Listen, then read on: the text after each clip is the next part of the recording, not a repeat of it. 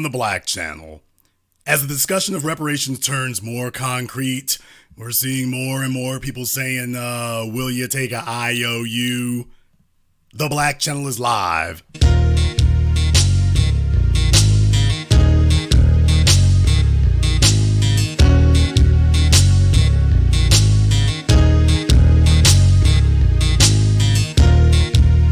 Unapologetic, unadulterated, and absolutely uncompromising. Greetings, brothers and sisters from around the world, and welcome back to the home, the haven, the stronghold, and the everlasting superfortress of intelligent black thought. We are the Black Media, and this is the Black Channel. And I am your host, your brother, your humble servant, the voice of Black America, the Black Authority, broadcasting to you live from the only historically black college and university of higher education and learning in the cosmos. You are, of course, welcome to join us. And join us you shall, because on tonight's program here, speaking about these kinds of things, there comes a place and a date and a time where you start wondering, when things become concrete and the conversation becomes more tangible, that's when folks start trying to introduce new things and new ideas to you. So the discussion of reparations is now in full swing. What people were telling you was just a fringe element is now in full swing. And predictably, everybody's trying to tell you you can have something else. Starting with the Biden White House. The Biden White House is here to discuss reparations with everyone except...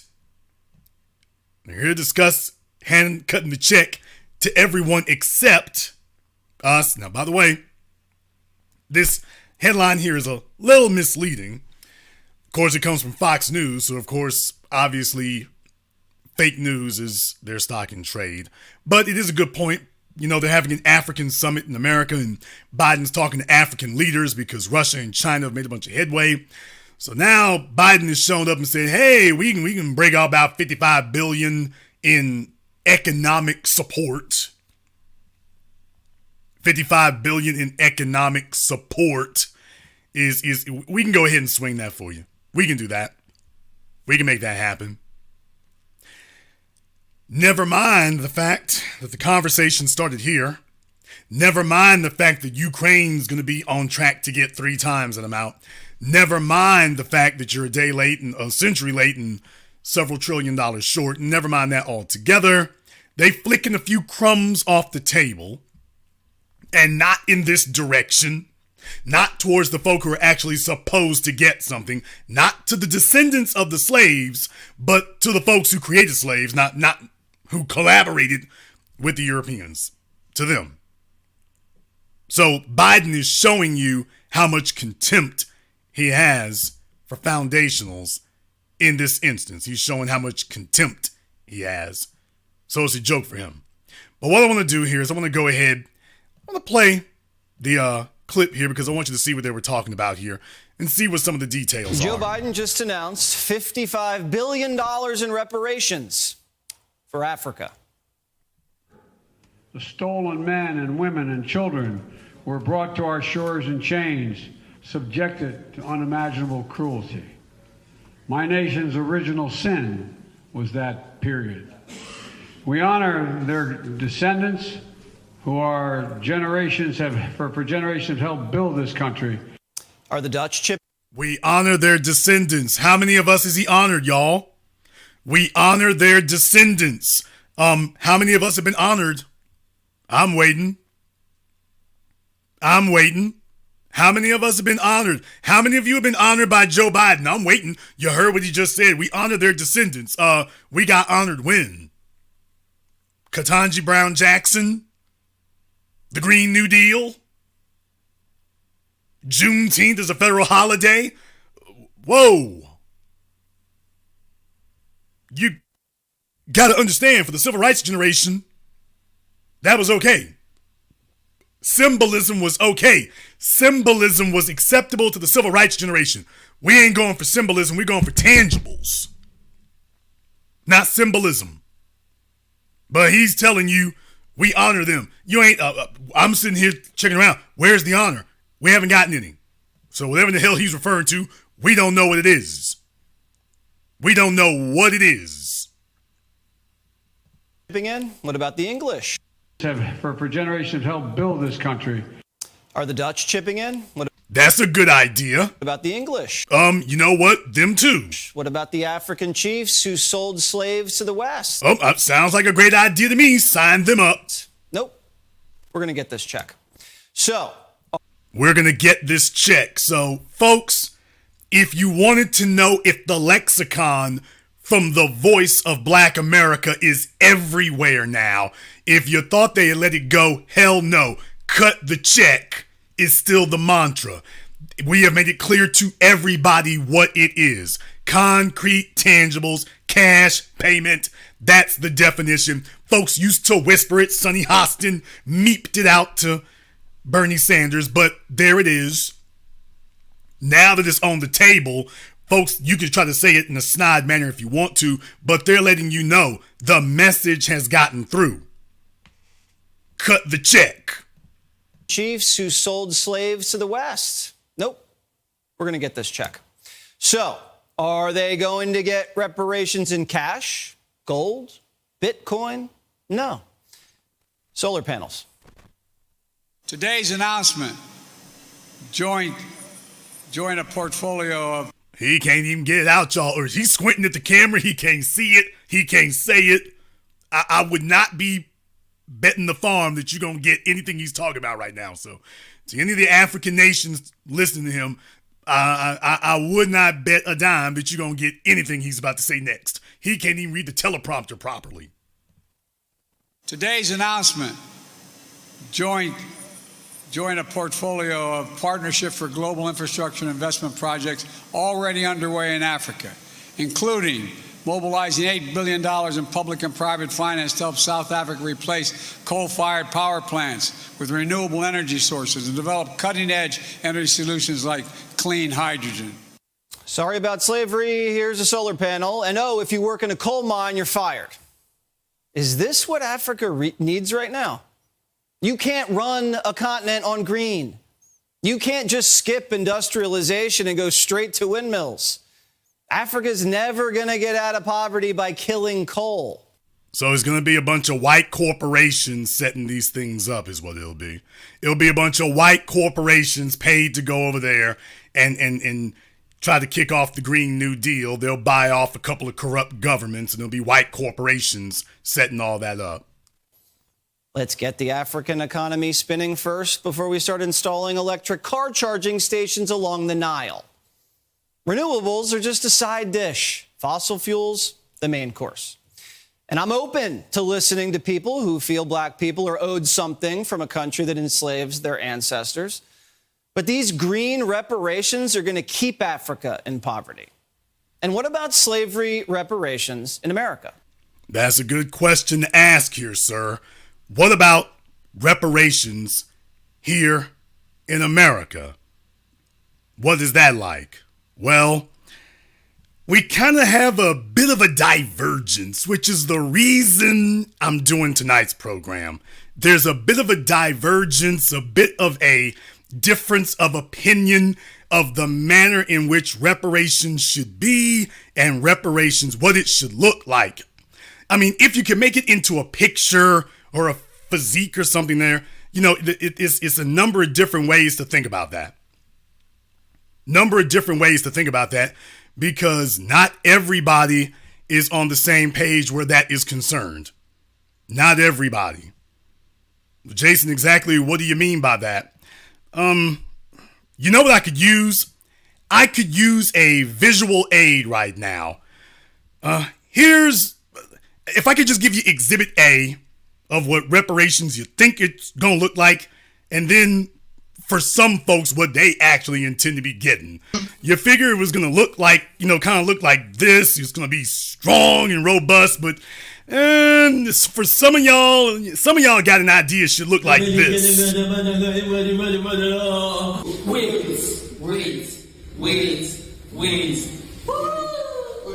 Some of y'all, it's a little bit anemic.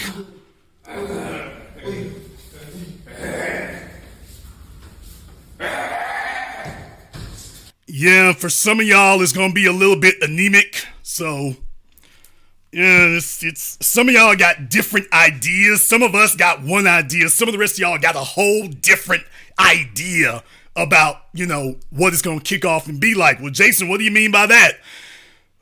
Folks, hang on to your hats. Because those are coming. But these green reparations are going to keep Africa in poverty. And what about slavery reparations in America? Because those are coming. Newsom in California wants to hand out $500 billion in reparations, $250,000 to any black person whose ancestors faced housing discrimination. That is a fortune. But a lot of California residents say that's not enough. So Newsom's reparations task force asked for advice from the community. What more can we do for you? And here's what they heard.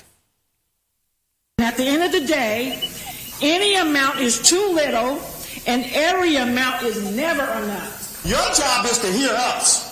We want transparency. First thing I said yesterday was the dead people in front of us. And we straight from my neighborhood, the dead homies. They will be respected to get reparations as well, to pass down to their people. I think the reparations should be as follows. It's to be gifted to us with gold and silver bullion to, as I said before, my antebellum slaves and ancestors and their heirs. It should be measured in the amount of 1 troy ounce of gold and silver per each antebellum slave and their descendants, according to the conditions of the mother for 16 generations. That equals 1,724 metric tons of gold and silver bullion. So we're asking that you give us reparations because America is number one on God's list to be destroyed. So if you don't accommodate us and you don't assist us, just watch what our God is going to do to America. Folks, people, this is going to upset a lot of folks, but I just have to say this. In the 21st century, the fez, that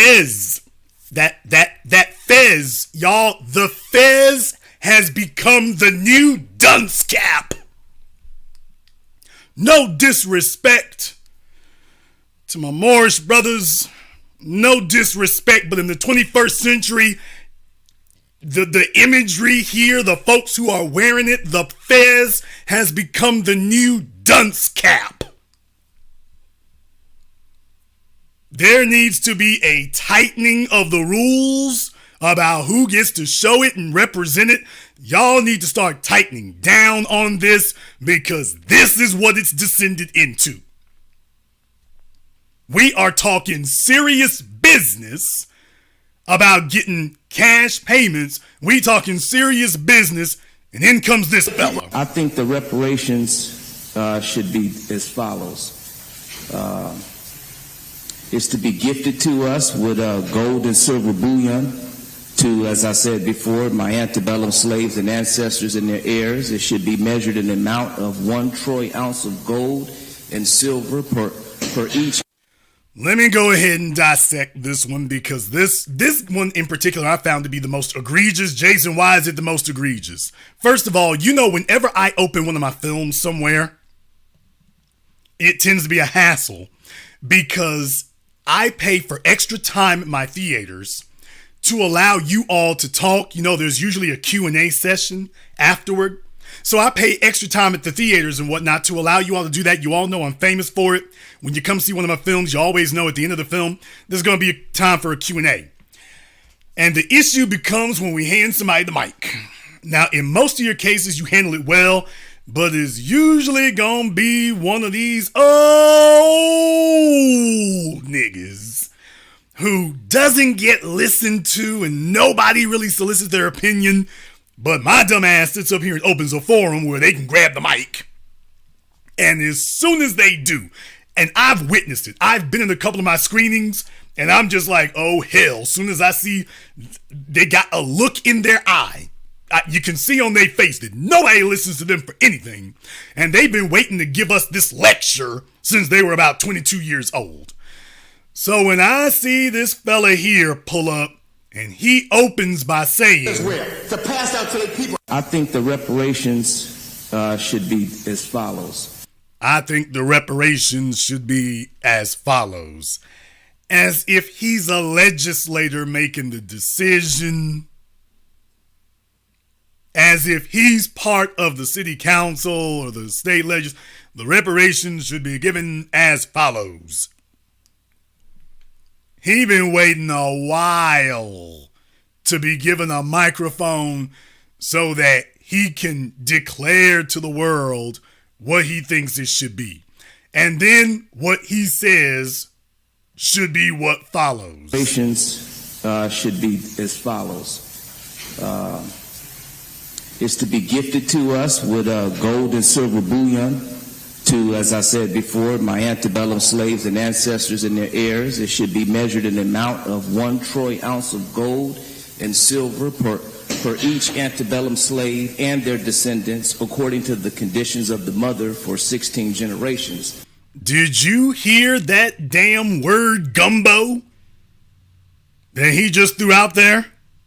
Of 1 troy ounce of gold and silver per each antebellum slave and their descendants, according to the conditions of the mother for 16 generations. Did you hear all that? 1 troy ounce of gold and silver per slave.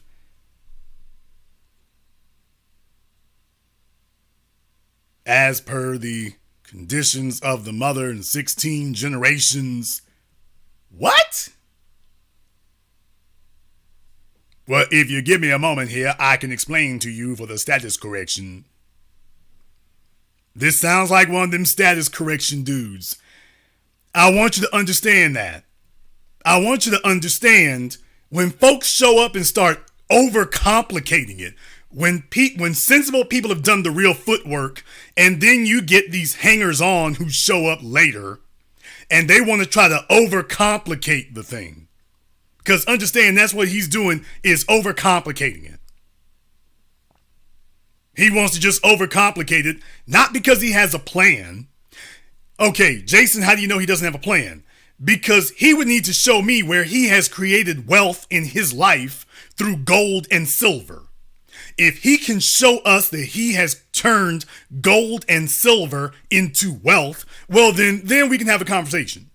Then we can have a talk. But he's talking about something he's theorizing, not something he's living or something he has.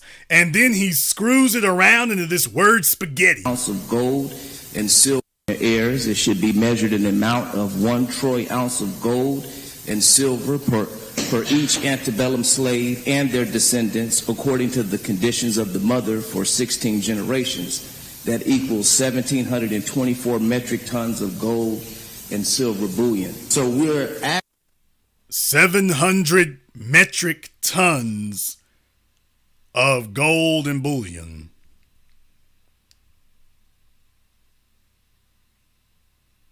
I just want you to think that over for a moment.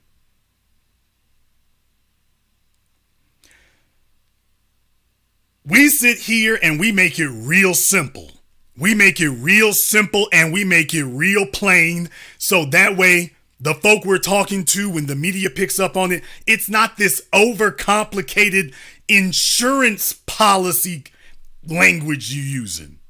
You see, when you start overcomplicating it, you make it where the lawmakers who you know have animosity towards you to begin with, you're by complicating it, you start making it easier to corrupt it and easier to make all these little slick changes that end up giving you nothing. Do you all understand that? When you come in and say that reparations needs to be over-defined and over-complicated, you are making it where it is very easy for somebody to come in, slip in some trick bag language, and next thing you know, you end up with nothing. When you make it real simple and real plain, a cash payment to a biological descendant of the American slaves, bam! Everybody understands what that is. The only thing we need to talk then at that point is how much that payment is going to be. But we have already simplified what's going to be done. We already made that simple and plain about what's going to be done. What's going to be done is a cash payment. That's it. Don't have to worry about nothing else. This guy talking about we need 700 tons of gold and silver and bullion and Bitcoin and some other assorted gold American Eagles. And it should be made out to the amount of the antebellum slaves to the persuasion of the mother through 16 generations as defined through the Magna Carta. Man, if you don't quit. See, this is what happens when serious people show up and then you allow other folks into the room. If you agree with what I'm saying here tonight, give me a thumbs up in the chat room and hit the likes button to let people know that we understand, hey, at this point in time, we're not going to overcomplicate anything. We are not going to sit here and overcomplicate. We know what we're here for. We know what we're here for. It isn't this complicated, is what I'm trying to tell you. Let me make this a little simpler for you all. If this was a white man sitting up here and he said, you know, we don't need to give the descendants of the slaves financial payments. What we need is something else. Why don't we see if we can make an agreement to supply them with gold and silver bullion to the amount of 1 ounce per each slave, as each antebellum slave, as dependent on the reference of the mother through 16 generations from the cousin twice removed from the iPad Pro. Think about that for a few moments. If you came in and they told you, we're going to give you a check for $500,000, then this white man comes in and says, whoa, wait a minute, no, don't cut the check. What we should instead do is we should give them 1 ounce of gold per antebellum slave. Think about that for a few moments. You would recognize the game if that happened. If that occurred, you recognize the game. Now, if y'all don't agree with what I'm saying here tonight, let me go ahead and wrap it up. But by the way, if that happened in that series of events, you'd recognize the game. You recognize the game if somebody walked in the room and started doing that. You say, hey, wait a minute. Break my bread. Every time we start talking about currency, somebody with no plan jumps up and says, wait now, let's see if we can change this up. Wait. And it becomes that. So instead of us getting the business done and transacted, individuals who have no skin in the game, and let's also be clear, individuals who don't really have an emotional investment in us getting it. They want reparations to be something that we talk about and argue about, but they don't want it to be something that we actually achieve and do. They want it to be something that we sit around and debate and have these arguments and plebiscites and get together and have these round tables, and then you call in your hood experts or whatever. They want this to just be some intellectual exercise that we engage in decade after decade. Because the bottom line is they have no clue what they would do with it. So the only contribution they can make is, well, let's continue to talk. And let's talk some more. And let's talk some more after that. And then we should discuss and debate and analyze the etymology of the terms that we're using. Watch out for these folks who sit up here and they spent their whole lives getting nothing done. So everything to them is an exercise in wasting time. Everything for them is an exercise in wasting time. But what they're not trying to do is get anything done. So you're sitting here in front of the panel that's going to discuss this, and instead of the only real discussion that should be happening is saying, you know, that amount you all talked about isn't really sufficient. That amount needs to be higher. Okay, that makes sense. Now, some of these folks with some of the other stuff they're saying is outlandish. If you're going to make an argument, that would really be the only one you could make. But all this other stuff, no. Let me also tell you something else that doesn't work. I'm going to say it. Some of y'all is fresh out the pen, or you've been out the pen for a minute and you haven't reacclimated to society. You haven't reacclimated to the outside world. So you still kind of living on prison time. You know what I mean? And I'm not going to disparage anybody, but I get the distinct impression that equals 1,724 metric tons of gold and silver bullion. This brother here, that you give us reparations because America is number one on God's list to be destroyed. So if you don't accommodate us and you don't assist us, just watch what our God is going to do. And I'm just sitting there with myself and I'm saying, boy, oh boy, this is not negotiations. The first thing I'm saying is this is not how you negotiate. This is not how you negotiate a contract. This is not how you negotiate with hostile entities. He's walking in here talking about America is number one on God's hit list. We're sitting at the table. We've got these folks making concessions. He comes in and wants to turn this into a spiritual discussion. We're talking concrete tangibles, and he says, hold the concrete tangibles so that we can have this religious talk right quick. Could you imagine an athlete going to the NFL? Could you imagine his agent telling Jerry Jones, you are going to pay my client $20 million a year, and if you don't, the Cowboys are number one on God's hit list to be destroyed?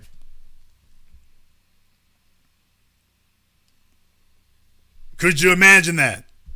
I know it sounds outlandish when I put it in that context, but this is just as outlandish here. This is how you tee up the ball for Fox News to sit up here and say, hey, because you all know what the white supremacists at Fox News are doing. No, it's not lost on me. I don't think it's lost on any of you. The white supremacists like Jesse Walters, yeah, what they're doing is saying, reparations, these are the people who want reparations. These are the people who represent the folks trying to get reparations. The conditions of the mother for 16 generations. That equals 1,724 metric tons of gold and silver bullion. So we're asking that you give us reparations because America is number one on God's list to be destroyed. So if you don't accommodate us and you don't assist us, just watch what our God is going to do to America.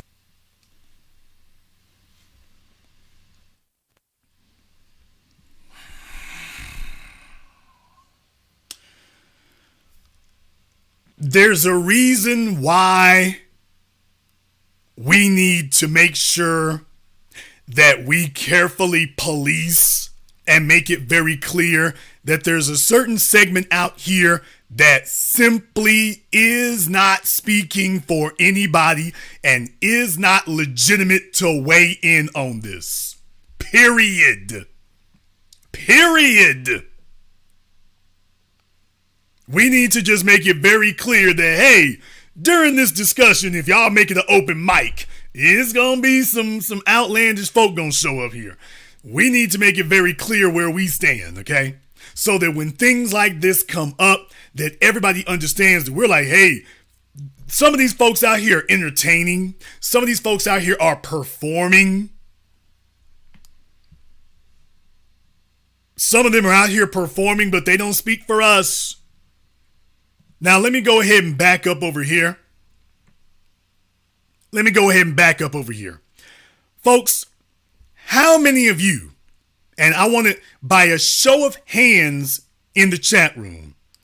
How many of you believe that the best form of reparations for us would be gold and or silver? That we should get gold and or silver instead of cash payments? If you think that's the best way for us to get reparations, give me the gold coin emoji in the chat room. The gold coin. If you're a person who believes that gold or silver is the best form of reparations, give me the gold coin emoji in the chat room. Give me the gold coin emoji. Okay, we got one, Black Hannah. We got one, Black Hannah. Black Hannah, when I open up the phone lines here in a minute, I'm going to want you to call up so you can explain to us why gold or silver would be preferable to cash payments. I'll give you a chance to go ahead and explain that.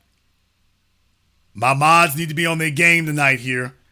But for the folks here who think that's what it needs to be, go ahead and give me that emoji. Go ahead and give me that. Kira, I don't think you're serious, so I'm gonna disregard yours, but I don't think you're serious. I don't think you're serious. Go ahead and give me the gold coin emoji if you think that's the best form of reparations for us to get. If you think that's what it needs to be, go ahead and do that. Go ahead. All right. Now, if you believe that the best form of reparations is land, that land should be the best form of reparations, then I want you to go ahead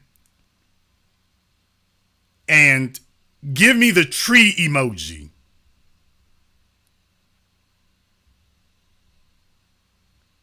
If you believe that land is the best form of reparations, that we shouldn't get cash payments, we should get land, I want you to go ahead and give me the tree emoji in the chat room. Give me the tree emoji. For all the folks who say land should be reparations, give me the tree emoji. We should get land instead of cash. Give me that tree emoji. Okay, now somebody put up a gold medal. I didn't say a gold medal, so Judah 242, I think I can already see where this is going. Judah 242, not the gold medal, the gold coin. I don't know, you might have an Android 2 phone, but Judah, if you mean that, then say that you mean the gold coin. Because if you're putting up the medals, I'm not sure what you mean. Okay, I see some folks putting up some trees. I see some folks putting up some trees. I want my mods to go ahead and catalog these folk. I want my mods to go ahead and catalog these folk. The folks putting up the trees. Who is this? Ayat to it. Somebody looks like they Russian. Put up a whole damn Christmas tree. Deborah. Dom DeLeon. Who is this? Larry Walker. Go ahead and I want my mods to go ahead and get that. Great Black DE, go ahead and get that. We want to go ahead and catalog them because we're going to have them call in. When we open up the phone lines, we're going to have them call in. These people in particular are instructed to call in. Son of Kanda, I don't know if you mean, don't put cash next to the gold coins because that makes me think you're saying cash will buy gold coins. If you mean just the gold coin, just put it up by itself. If you believe that gold, silver, or land is what we should be looking for, that we should not want cash. We should want gold, silver, or land. If you believe it should be gold and silver, put up the gold coin emoji. If you believe it should be land, put up the tree emoji. And we're going to go ahead. I want my mods to go ahead and start documenting all those people. And we are going to have them call up here in a minute. And they're going to explain to us why we should prefer anything over cash. By the way, oh yeah, one more thing. If you are one of the people who believes that we should instead take Bitcoin, that we should not take dollar bills, we should take Bitcoin. We shouldn't take dollar bills, we should take Bitcoin instead. I want you to go ahead and put the green dollar sign in the chat room. Just the green dollar sign. If you believe that we should be getting Bitcoin instead of getting cash or anything else, reparations should be given to us in Bitcoin. I want you to give me the green dollar symbol sign emoji in the chat room. Give me that. Go ahead and give me that one.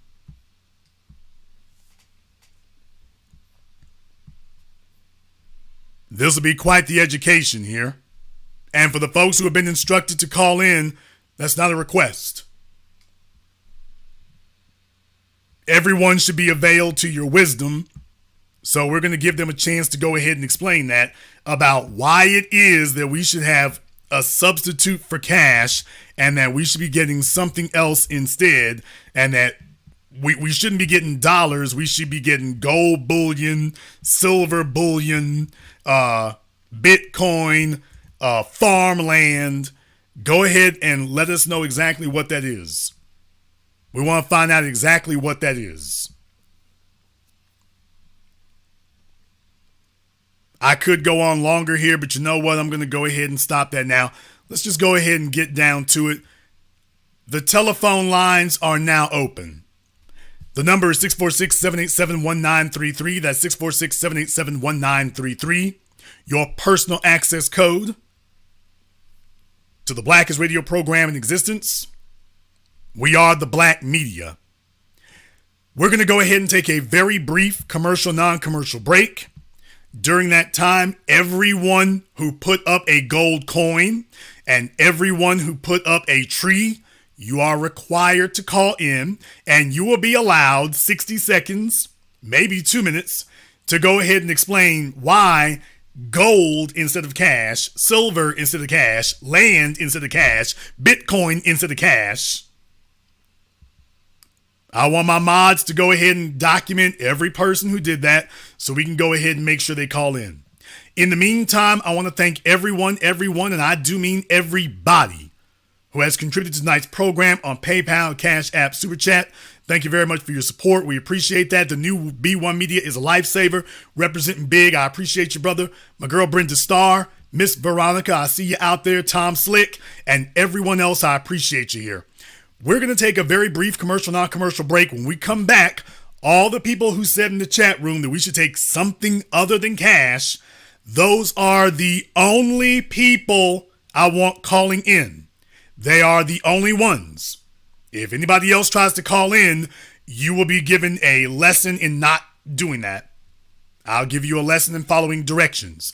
I only want the people who put up the gold coin emojis or the tree emojis, and they truly believe that our reparations should not be given to us in cash, that it should be given to us in some other form.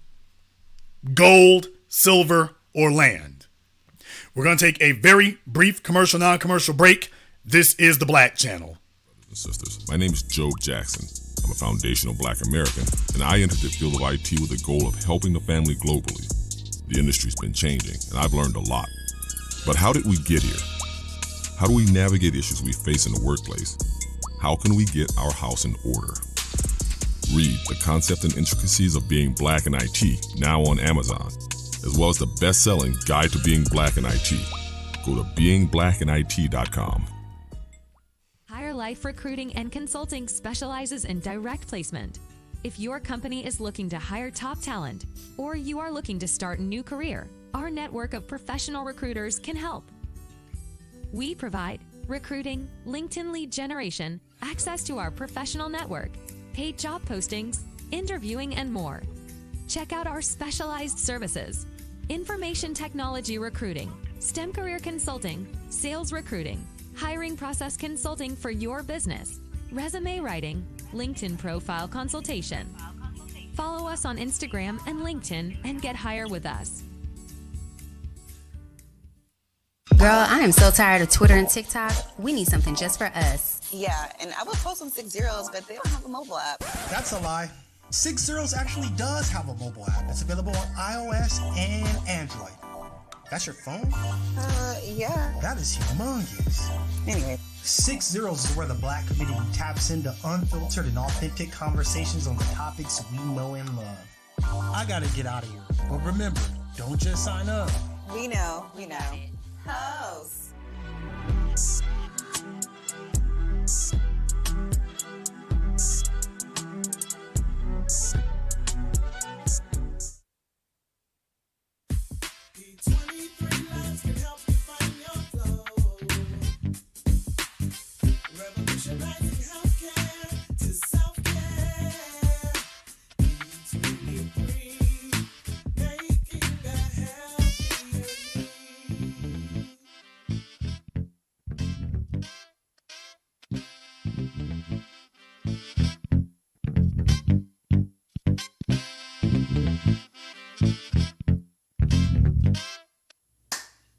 Hi, this is Brenda Starr, creator of Poetry with a Purpose and author of the book Pressed But Not Crushed. Pressed But Not Crushed is an anthology of political poems that address current and historical issues in American descendants of slave population and African American population. The book describes slaveries and its residuals, Jim Crow segregation, social depredation, and other relevant issues to American descendants of slaves and African Americans, including the current political climate that does not address our issues. This is The Black Channel. I am your host, your brother, your humble servant, the Black Authority, and the telephone lines are now open. The number is 646-787-1933. That's 646-787-1933. Your personal access code to the Black media. Now, what I want us to do here is the phone lines are open only for the people that I mentioned earlier. That is it. It is not open for anybody else right now. I only want it open for the people who were saying that they believe that our reparations should be given to us in some form other than cash. It should be given to us in gold coin, silver, or land. I'm opening the phone lines for those people.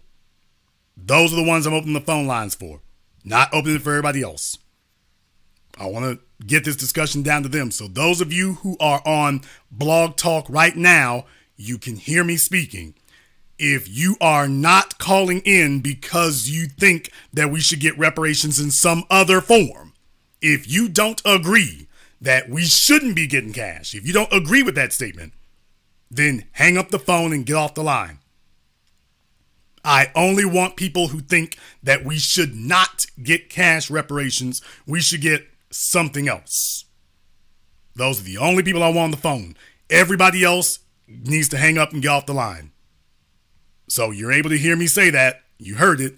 If you are not calling in because you believe we should get something other than cash, hang up now. We're going to go ahead and take a few phone calls here, and they can explain to us exactly why that is. Let me get caller from area code 636. You're on live with the Black Channel. What's your name? Where you calling from? Good evening, my brother. This is Black Hannah. Hello, Black Hannah. I was instructed to call in. Yes, you were the first person I called. Yeah, so I put... you can go ahead and explain to us why we should not be getting cash. We should be getting gold. Okay. I put gold because, and that was an awesome recommendation from that brother on the floor there, because the dollar is on life support. The dollar is about to crash. Because of the debt in the country that we have. And also, I've been watching a lot of economists. I get real nervous when I talk to you, Jason. I'm sorry, but because also America weaponized the dollar when they did sanctions on Russia. And as a result of that, a lot of the powers on the east side of the world have combined together against America, and they are dropping the dollar. So the dollar is just one. Okay, one question, ma'am. Tell me, yes, when did these quote Eastern powers begin conspiring against America to drop the dollar's value? When did they start doing that? After the sanctions on Russia. You don't see Russia and China uniting against the United States? You don't think that's been happening now? You don't think that that's been an effort now underway for 40 years? Okay, Jason, you're smarter than me. I don't even like to argue with you. Right. Listen, I'm asking a question. There's a lot of debt. I'm asking a question. There's a lot of debt. Okay, ma'am, I'm asking a question. You don't believe that's been going on for 40 years? It is, but the sanctions that America just imposed on them made it worse, in my opinion. You don't have to agree. Great. That's no problem. Can you tell me how much value has the dollar lost since the sanctions on Russia, which actually have been going on now for well over a decade? How much value has the dollar lost then? Tell us that. You said it's lost value. How much? Well, I think most of I don't know exactly, Jason, but I know a lot of it's been lost because of the debt. Okay, but you said the dollar, but you said the dollar is crashing. So if you're going to make that statement, you need to be able to quantify what you mean. So the dollar has lost how much value so that we can determine if it's crashing or whether or not you're in error. How much has it lost? Well, since before COVID, what were we in, like $23 trillion in debt in the country? Now we're like in the $30 trillion of debt money that we will never be able to repay? Not true. Listen, not true, because that's not the way the debt works, but you might not be aware of how... You can Google the debt clock. You might not be, ma'am, you might not be aware of how national debts work, but that's not a true statement. Okay. It's just that's just not a true statement. Jason. Right, but you said the dollar is crashing. Okay, let's not do that. Let's not do that. You said the dollar is crashing. Okay. You need to explain how much the dollar has crashed or how much value it's lost since the sanctions were put on Russia. What are you referring to? How much did it lose? I don't know. Then tell me how you measured how far it's crashed. How did you measure it? The fact that we're in recession right now? Ma'am, recessions have been happening since Federal Reserve, well over a century. Okay, so what's happening right here, Jason, is you have a lot more faith in the dollar. Right. See, it had nothing to do with faith. I have faith in math. You said we're in a recession. We've been having recessions now for over a century. This isn't new. This is not new. Okay. Somebody hearing you. Someone hearing you would think that this is the first recession in history. First of all, we're not in a recession, but second of all, even if we were, they would think this is the first one in history. Okay, I think we are though. Okay, recessions come and they go. That doesn't mean that your currency is crashing. That means your economy is slowing down before it revs back up again. That's called the economic cycle. Sometimes you're fast, sometimes you're slow. Okay, so I have a counter argument too. Gold is God's money, okay, and so is silver. It was here before you and me. Gold is God. Be here after we're gone. Gold is God's money. Can I question God to verify your statement? It comes from the earth. Okay, it comes from the earth, but you said it's God's money. So can I get confirmation from God that He says, Jason, that's my money? Okay, thank you, sir, for clearing that up. Because I hear Hannah, I hear Hannah saying it's God's money. I would just like to confirm with God that Hannah's statement is His statement. Okay, I don't even want to go any further. Right. Those are my arguments. I just want to get God to confirm. You and I, I just want to get God to are confirm God's what you're too. saying. We are God's highest act. We are God's highest act of creation. Humans are. Okay, I do agree with that brother I just want to get some confirmation. I hear you saying it. I just need to get God to confirm what you're saying. So can we do that real quick before we get lost? Come on, Jason. The dollar is made in some printing press, and gold comes from the earth. You don't need. Okay, first of all, we don't even have to print dollars. We don't even have to print dollars anymore. They're on spreadsheets. Okay. So first of all, we don't have to print dollars anymore. But second of all, if you're going to claim that the currency is crashing, you need to actually be able to quantify what crashing constitutes. That's all I'm asking is tell me I think we're all young enough that we're going to be able to witness what I'm saying, if it's true or not. And we're all young enough to see. We're going to see if what I'm saying is true or not. Do you know how long people have been saying what you're saying? Do you know how long they've been doing that? Okay. Jason, but it's a lot of things going on out here. I see the economy in my own city slowing down. Let me try this one more time. Do you know how long powerless people have been saying what you're saying right now?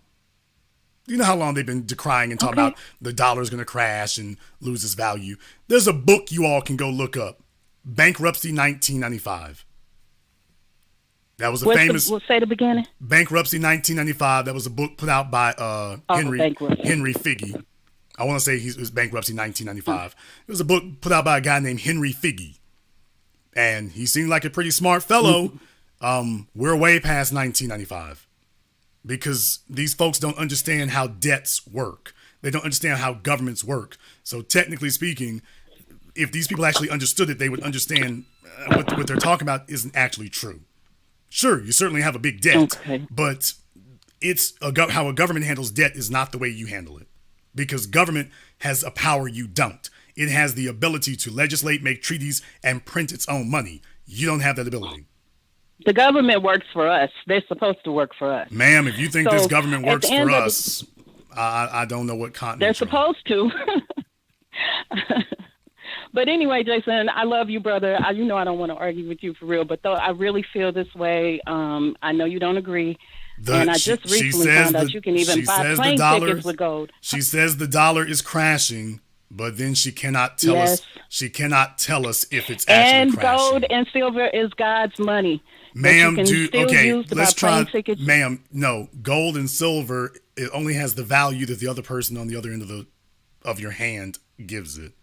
It doesn't have intrinsic value. It's just a rock, in the words of Tywin Lannister. It's just another rock. And the dollar's just a piece of a tree. I mean, no, a dollar. A dollar is a medium of exchange.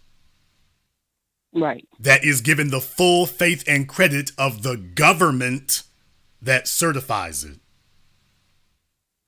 So just like a government can hold you to a law and say you can't cross the street, that's jaywalking, or hold you to a law that says you have to pay us 8% of your income, or that's tax evasion, that same government says when this piece of paper shows up, or its derivative representative, you are to honor it. The same way that you would gold or silver, you must honor this. That's what gives it its value. Okay. Because I can get the government to say this dollar has value. That's not me saying it. When I walk to the government, they say, if you show up enough of them dollars, we will do what you tell us to because we say it has that value. And gold and silver doesn't? And gold and silver doesn't have value? Is that what you're saying? Is that what you're implying? No, gold and silver has a world value. Here's the real problem. Warren Buffett talked about this, and I talked about this. Listen carefully so you can learn something. Warren Buffett talked about this decades ago, and so I'm going to remind you here. If you got Apple stock or Microsoft stock back in '85, and then you had the same amount of gold, you bought the same cash amount of gold, do you realize how much more value you would have in your stock in Apple and Microsoft than gold? Do you realize how far it would have outstripped that? Gold's value has essentially been sitting still. That's why they call it, a store of value. It doesn't get more valuable with time. It doesn't, because there's a limit. Because there's, ma'am, okay, in case you didn't understand, gold doesn't actually appreciate in value over time. It doesn't actually do that.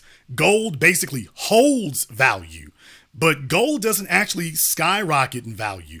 It has fluctuations, but you can, over the past 40 years, if you got stock in Microsoft, Google, Amazon, Apple, you'd have a whole lot more value than you would have with gold or silver.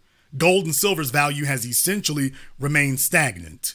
Now, you can use Google. I did a program about this years ago when folks were talking about Bitcoin, and I was showing them then. By the way, there's a reason why banks and whatnot don't care about that. I'm not agreeing with the Bitcoin argument. Right, but gold is a very limited thing, and you can't build an economy on it, which is why the world switched from having a gold standard. Okay, ma'am, this is way over your head. If you have to have gold to be able to... The dollar used to be backed by gold, right? Yes, ma'am, and there's a reason why it no longer was. This is basic economics. Because if ma'am, listen and learn. Stop trying to talk and listen and learn. There's a reason that no nation wants to have itself on a gold standard or a silver standard, including China.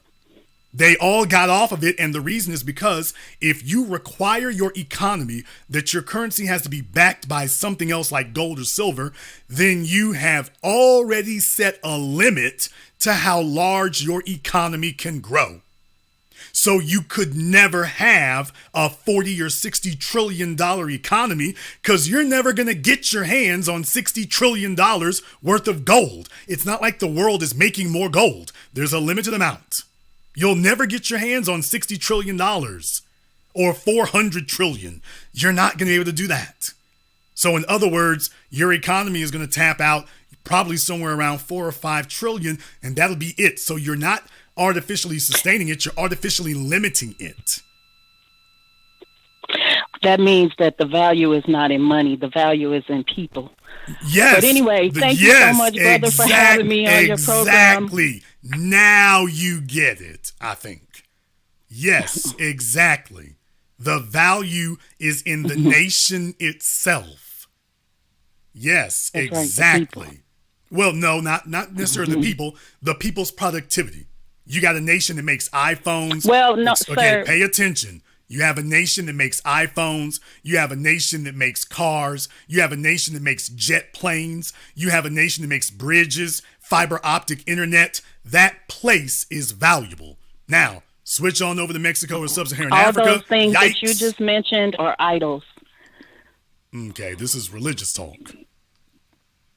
Well, I do belong to the king, but at the end of the day, you know, I see that we don't agree, but I think that was an excellent argument the brother made about the gold and the silver. I would take it. All right, Hannah. Thank you very much for giving us a call, y'all. She says we're going to manifest it. So, all right.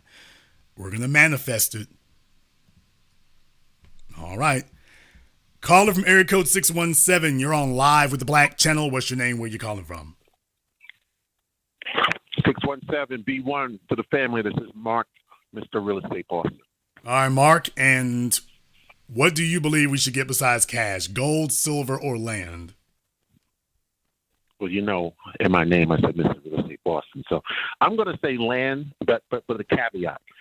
Tax-free land for life, free of encumbrances, and it's got to be prime real estate. When I say prime real estate, I'm talking about Bruce Beach, Upper West Side of Manhattan, Back Bay, Boston. That's what I'm talking about. The reason why I feel that way is because money, you have to deal with inflation, and inflation over time depreciates the value of money. We've seen that land, prime real estate over time will always appreciate. It will go down from time to time, but the caveat is land, but it's got to be tax-free for life, and it can't have any liens or any trick bags on the land. And I land. Okay. Now, here's the issue. Land in and of itself doesn't have value. It only has value based upon what you can do with it. So let's just say, for example, I give you 100 acres. I'm going to be super generous. I'm going to give you 100 acres of beachfront property. Now what? You're right about that. You're absolutely right. I do not. Okay, yeah, I know I'm right about it. Now that I've given you that, now what?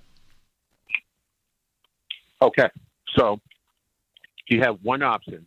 One, you would have to try to develop it, but again, as you say, it could be beachfront property that's non-buildable, so it has no value. Or you could sell it, but again, if it's not developed, you can't build on it. Okay, how are you? Okay, now that you got the land, now that you have finally confirmed that the land is worthless if you can't develop it, sir, all you have is a bunch of tax-free land. How are we gonna make it valuable? Facts. How are we gonna make it valuable? You're right. You can't. Correct. You can't. If the value is built on your like ability to turn the land and to do something productive with the land.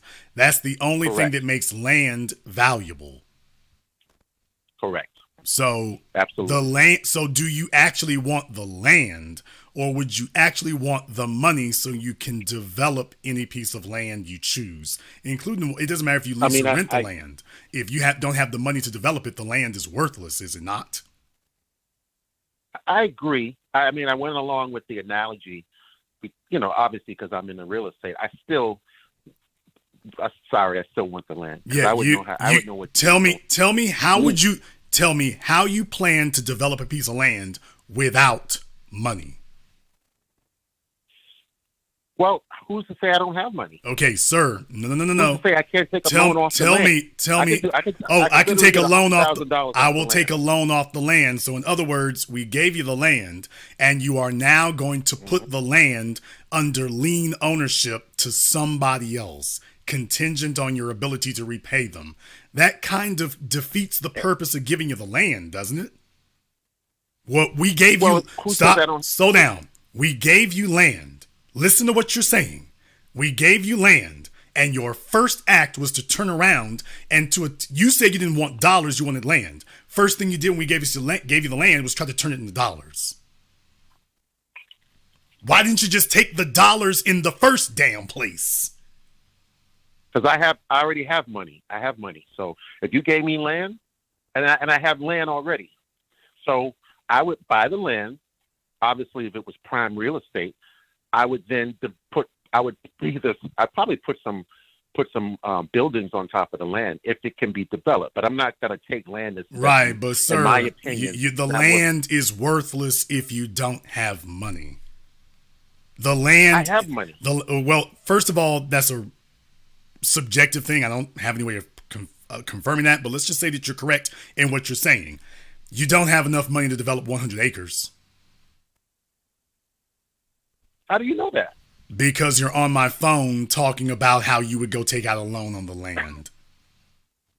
Every real estate investor takes out a loan. 100% of them do. The overwhelming majority of them do, sure. But nobody buys land for the purposes of owning land. Everybody has a purpose for acquiring the land. And the purpose is to make money, not to make more land. Correct. Right. So what you're doing is overcomplicating it, and you're adding a superfluous step. If I gave you land, the only thing you're going to try to do is go exchange that land for dollars. That's all you're going to do. Nope. I would build on them. I would actually build on the land. That's what I would do. Okay. Depending on the extent to which you could, maybe you could, maybe you couldn't. However, think about what you just said. Well, I have money. Once again, you're doing it the dumb way, because if you're spending your money to develop the land, you're going to be cash poor. Well, you're right about that. So developers don't just borrow money for land. They also borrow the money for development. Their own money is kept as their cash reserves. So no, sir, even if you had the cash money, you actually would not use that either. True. Thank you. So in other words, this all collapses on itself. The land is worthless.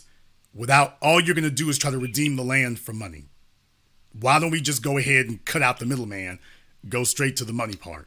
How about we do that? Yeah, I mean, that's reasonable. Thank you very much for giving us a call. Why don't we just cut out the middleman? All you're going to do with the land is go try to exchange it for dollars anyway. Why are we adding this superfluous, complicated step?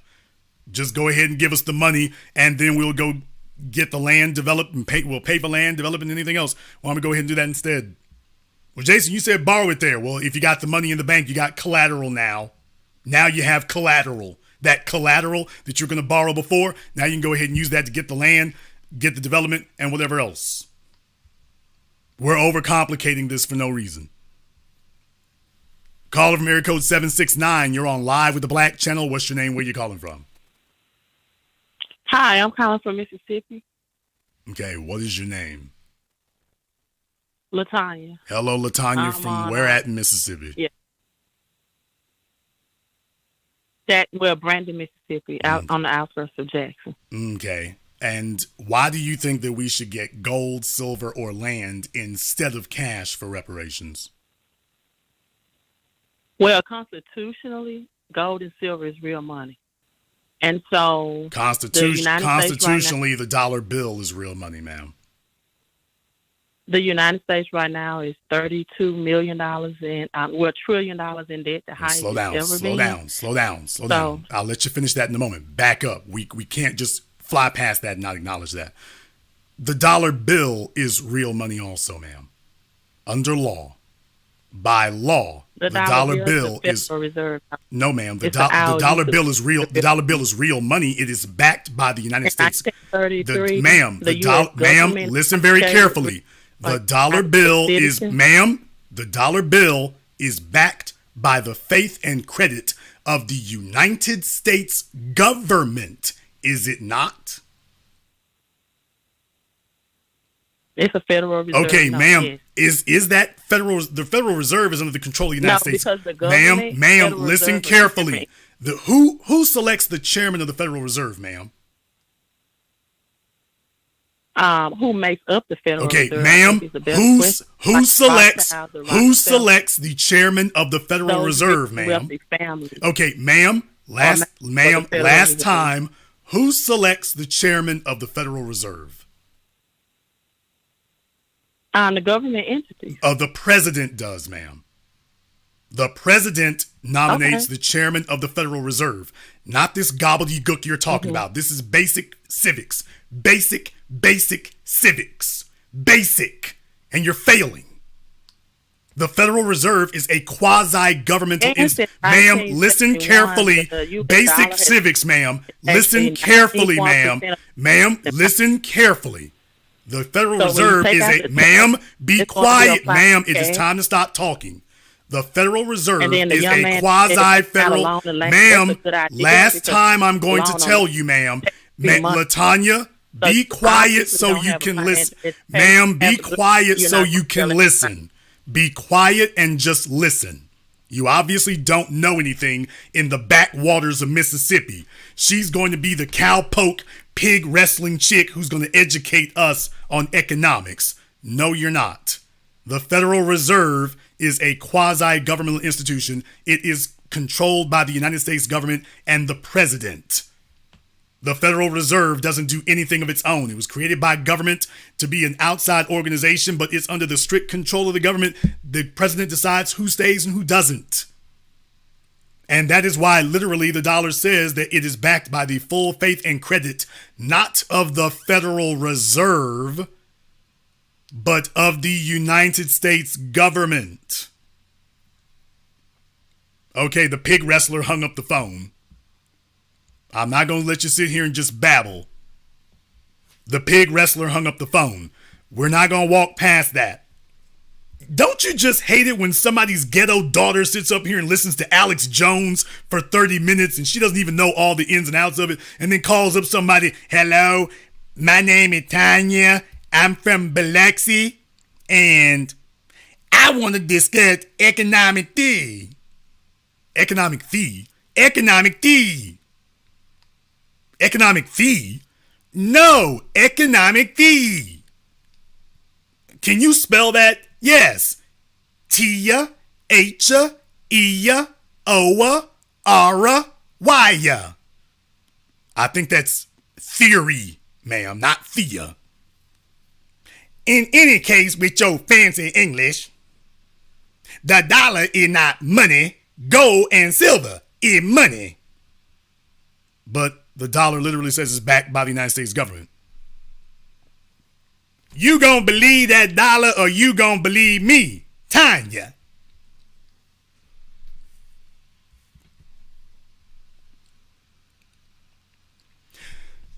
Some of y'all wonder why I put these pictures up on the screen to tell you there's some folks who just do not need to show up for the reparations event. She doesn't even know.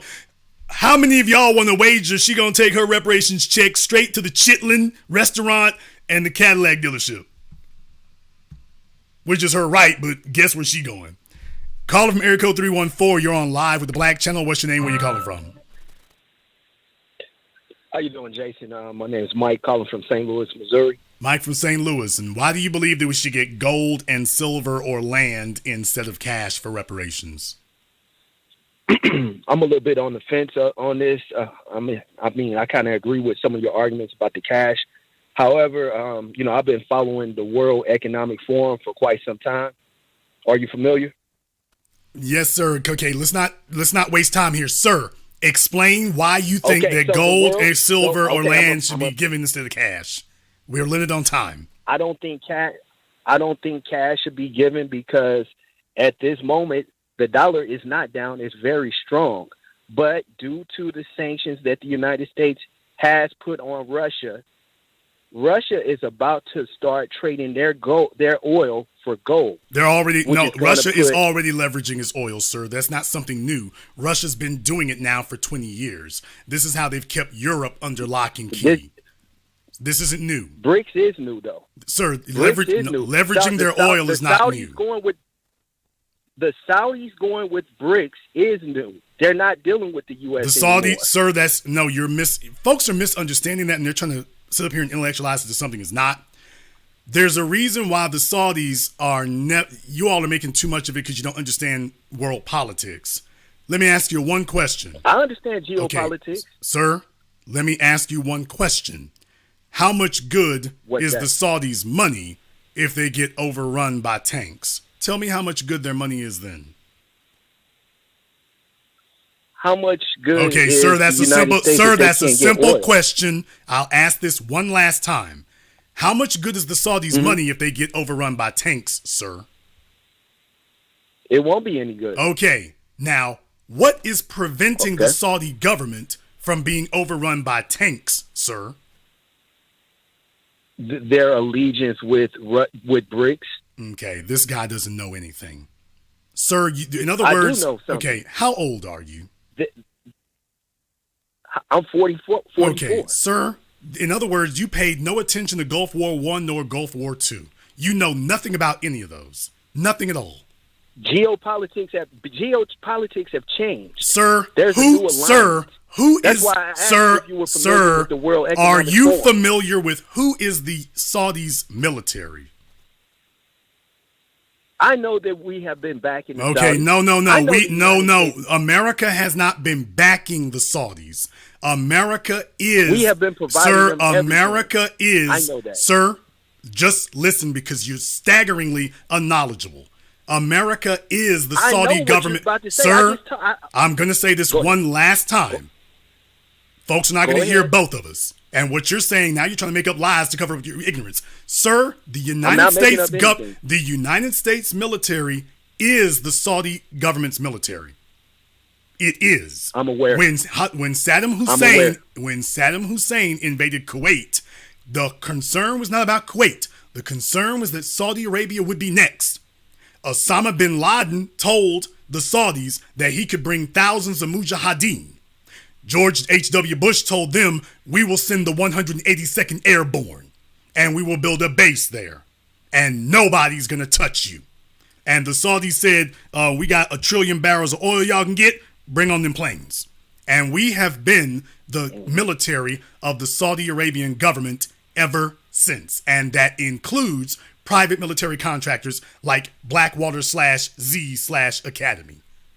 Now, for somebody to sit here and say that simply because the Saudis are diversifying their portfolio, which is what they should be doing, they've been advised by American banks, Since you claim to know so much, then you would also know that Goldman Sachs and Chase have told them that they need to diversify their portfolio because the world's moving away from fossil fuels. Not that the world's going to get off of it, but it will not be the potent source of income it's always been. So the Saudis need to diversify. So yes, they're diversifying everything, including some of the currency holdings. But nowhere is anybody switching from the dollar as the world's reserve currency. That's what's not happening. So you say. Okay, sir, is the dollar, sir, Wednesday before Thanksgiving. Excuse me, sir, right now, right now, is the dollar the world's reserve currency now, or is it not? It currently is. Okay, then and this is what I mean by folk who want to be contrary for the sake of being contrary. They think that saying silly things makes it smart. Sir, nobody's getting away from the dollar as the reserve currency. All the stuff you're talking about now, they were saying 25 years ago. This isn't a new thing. The Federal Reserve put out the central bank digital currency the day before Thanksgiving. You can look it up on their website. Sir, the dollar, digital or otherwise, the dollar is the world's reserve currency. No one is trying to replace that. With digital currency, the government will be able to tell you what you can buy, what you can't buy. You can travel here. The government can do, sir, the government can do that now. This is shocking ignorance. The government can do that now.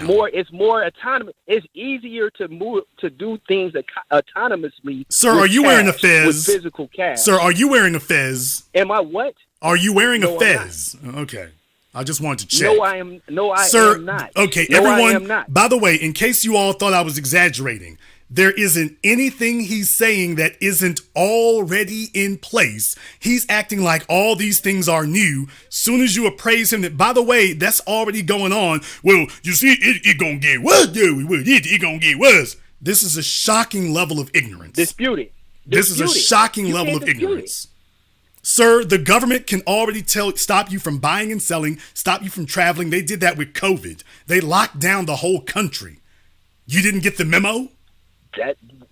This is the beginning of the Great Reset. But sir, that was way before. That was way before the conflict in the Ukraine. That was way before the increased sanctions on Russia, because the sanctions aren't new. That was way before then. They were already doing this. You didn't get the memo? You didn't know? The Ukrainian conflict is just precipitating. Okay, he's stumbling and bumbling, sir. All of this is all. They already have these powers now. They don't need a sir. They don't need a digital currency. They don't need a digital currency to do what you're talking about. That's nonsense. They already can do it. They need it. I read the Great Reset. Have you? Sir, name for me one thing. Sir, name for me one thing that you think is going to happen that the government cannot do right now tonight. Name it. The government can't stop me from getting stuff on the black market with cash right now. Sir, the government can stop you from getting stuff on the black market with cash. They sure can. Name for me a black market item. Name for me a black market item that you can't be arrested for. This is prison babble.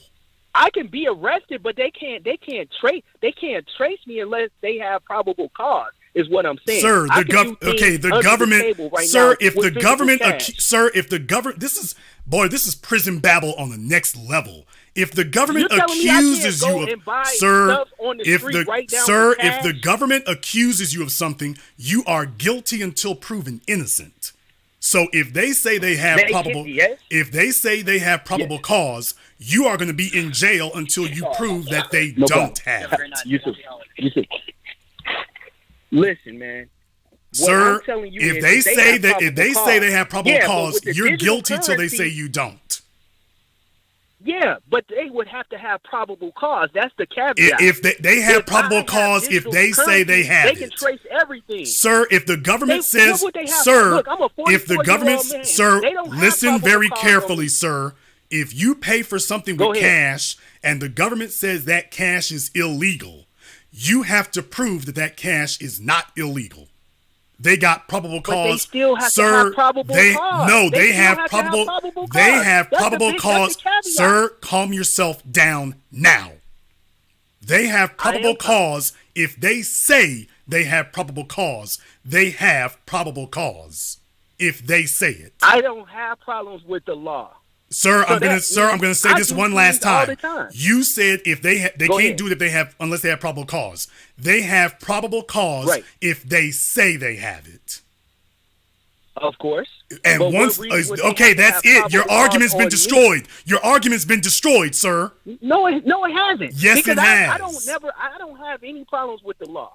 But when say for instance, we have like a protest like they did up in Canada, they could go and look with digital currency. Sir, see that they can track all of your transactions right now. They can track all their dollars. Sir, be quiet or I'm going to silence you. They can track every dollar bill.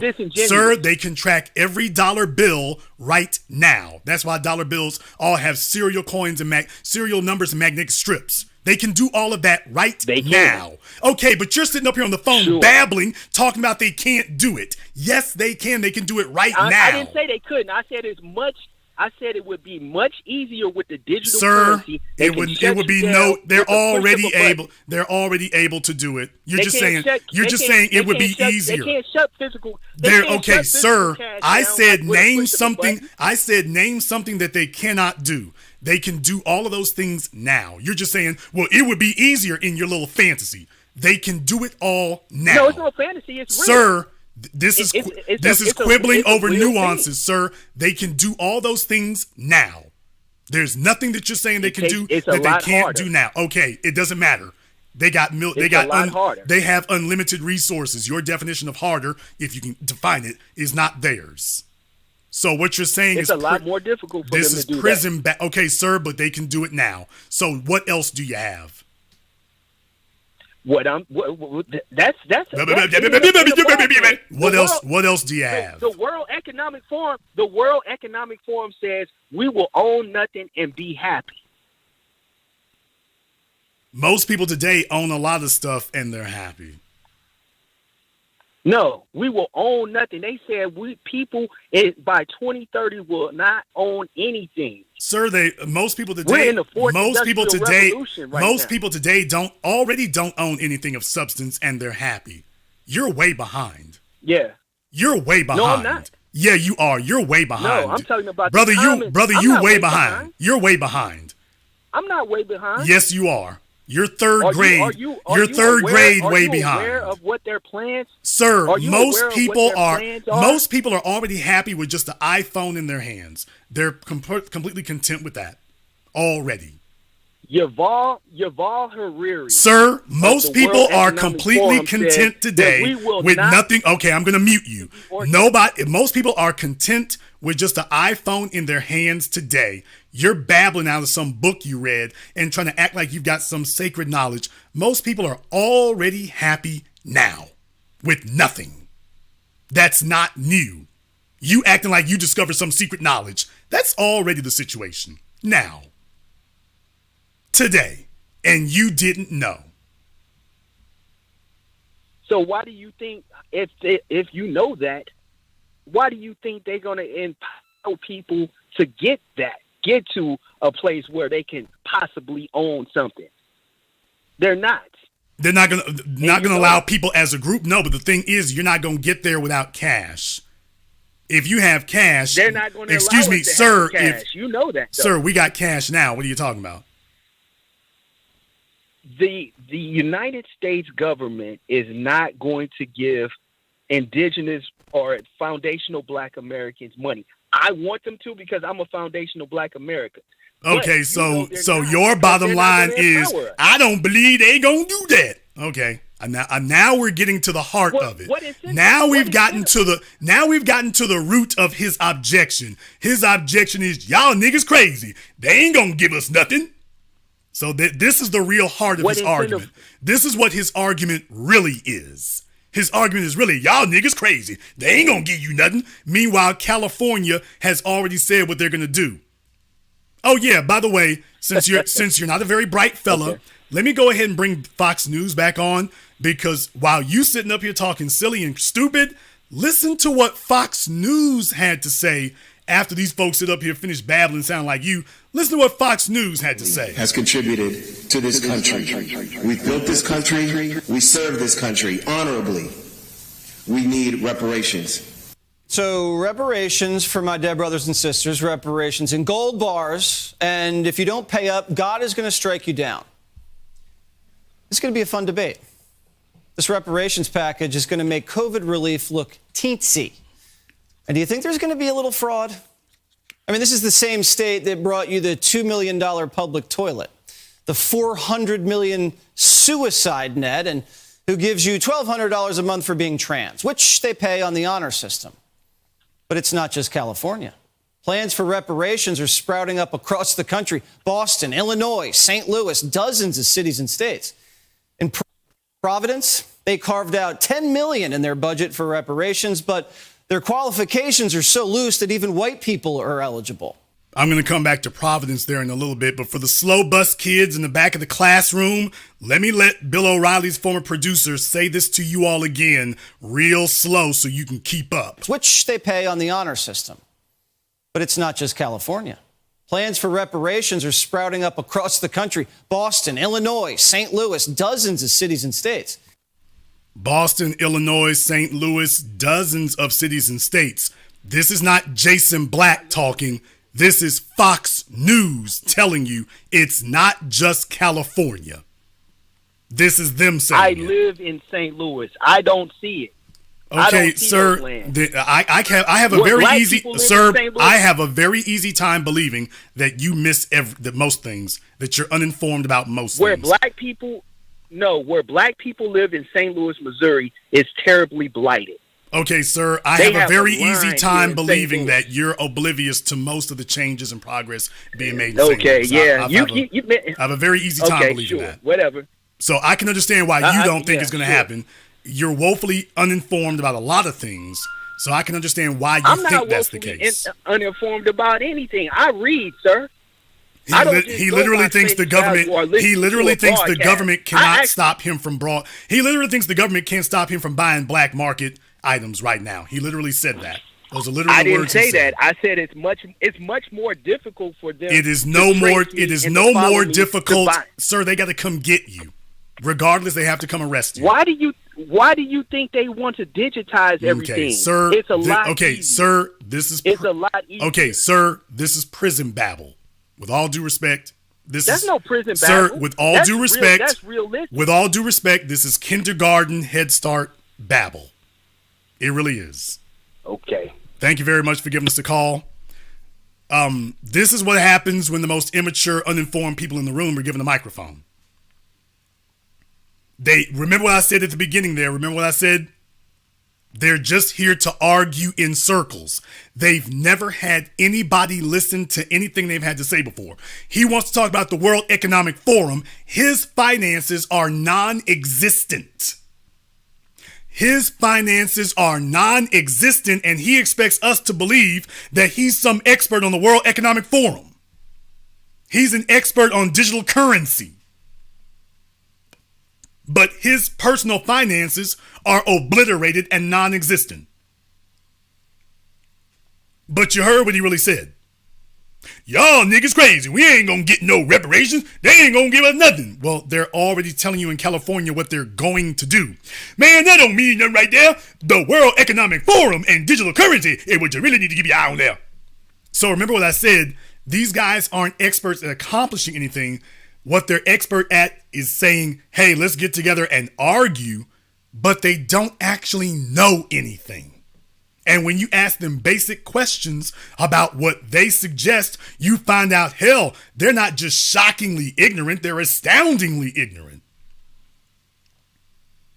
He doesn't even understand what he's referring to. I'm an expert on digital currency. How much money you got in the bank? I don't really got no bank account like that. Okay. Call from area code 404. You're on live with the Black Channel. What's your name? Where you calling from? This is Larry Walker from Fayetteville, Georgia. Larry Walker from Fayetteville. And Jason, why do you think that we should get gold, silver, or land instead of cash reparations? I think we should get land because land would be more important than gold and silver to me because you can feed yourself off the land. If you didn't have anything else, you had somewhere to get you some food. Understood. Grow you some food. Understood. I grew. How much land do you need to be able to feed yourself and your family? 5 acres.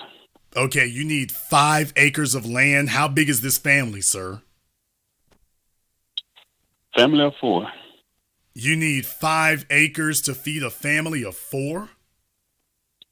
Well, you got to put a house on. Okay, sir, you need, sir, you need, sir, are you telling us that you need 5 acres to feed a family of 4? Yeah, right now I'm sitting on 1 acre, but that ain't gonna be enough. Okay, but sir, you're telling us you need 5 acres to feed a family of 4?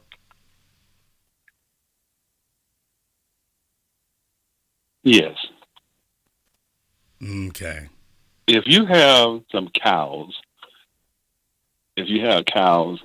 for those of you who don't know, depends on how many cows. For those of you who don't know, 5 acres would be over 200 square feet. Yes. This guy is telling us that you need a Walmart supercenter to feed 5 people. 5. How in the world is America able to feed hundreds of millions of people if it takes that much land to feed 5 people, sir? Well, most of your land that commercial, it's 100, Sir, 200 acres. It does not require 5 acres to feed 5 people. Do you realize how much land? Sir, do you realize? Okay, sir, people? Do you realize how much corn, lettuce, beans, potatoes, you name anything you want to? You realize how much of that you could put on 1 acre of land? Yes, I do. Okay, how many stalks of corn would grow on 1 acre of land? And you're telling me not enough to feed 5 people on 1 acre? You can. And you're telling us we need, but you got it. We need 5. See, if you have the 5 acres, if you grow it every year, you're gonna ruin the land. So you got to take the land that you grew. Okay, it's called crop rotation. It's called crop rotation. It's called crop rotation, sir. It's called crop rotation, but you don't require. Okay, sir, it's called crop rotation, but you don't require 5 acres for 5 people to do crop rotation. So if you're a farmer, you're not a very good one if you think you need 5 acres to do crop rotation to feed just 5 people. That's an outrageous waste of land. We have more than that. That's okay, but you're feeding. If you do, then you know you're feeding a hell of a whole lot more than 5 people. Well, definitely with sharecropping, they was taking all that food somewhere else. But Lord, when we were sharecroppers, all right.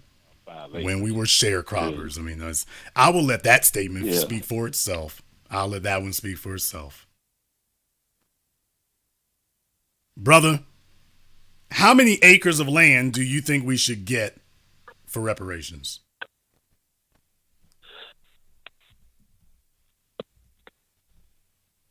Well, if it was me, I would say 5 acres. Even if you don't farm the whole 5 acres, I would still say 5 acres. Okay, so you believe that black folks you believe that black people should get land instead of cash, and that each family should get 5 acres of land. Yeah, because if not 40 acres now. Let's say if you give not cash. 40 acres. He didn't say 40 acres now. He didn't say 40 acres now. He said, not 40 acres. He said we should get 5. If I'm white folk right now today, I would be like, you know what? Maybe we need to take him up on his offer. Maybe we need to take it. He cut us down to 1/8.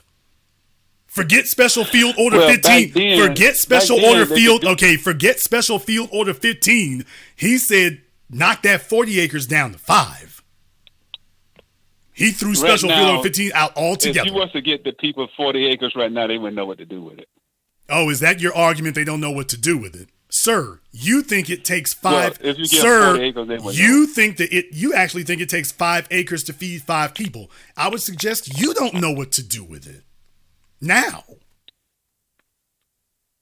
Well, I wouldn't know what to do with it, but a lot of people now, the way they grow up now, they wouldn't know what to do with the amount of a big plot of land unless you into real estate. Okay, but sir, I'm telling you that you don't know what to do with it. You said you need that much to feed a family. And that's just flat out false and wrong. So with all due respect, you clearly don't know what to do with 5 acres now. Why are you going to hold that against anybody else? You don't know what to do If they give it to me, I will show you. Okay, so they need to get their 5 acres and then come bring it and give it to you. Well, I would give it to me. If they get 5 acres, give it to me. I'll show them what to do with it. You'll show them how to feed 5 people on it. Well, I can show them how to feed more than that. But okay, you've been saying this whole time that you need 5 acres to feed 5 people. Now you're talking in crazy circles. Feed your family first, then you go out if you have anything sir, left you over. now all of a sudden, y'all, he thinks he knows how to be a farmer. So first he said you need 5. First he said you need 5 acres to feed 5 people. Now he's saying you can feed a whole lot more. He was arguing with me the whole time. Now he's saying you need a whole lot more. Can you imagine this guy being your local farmer?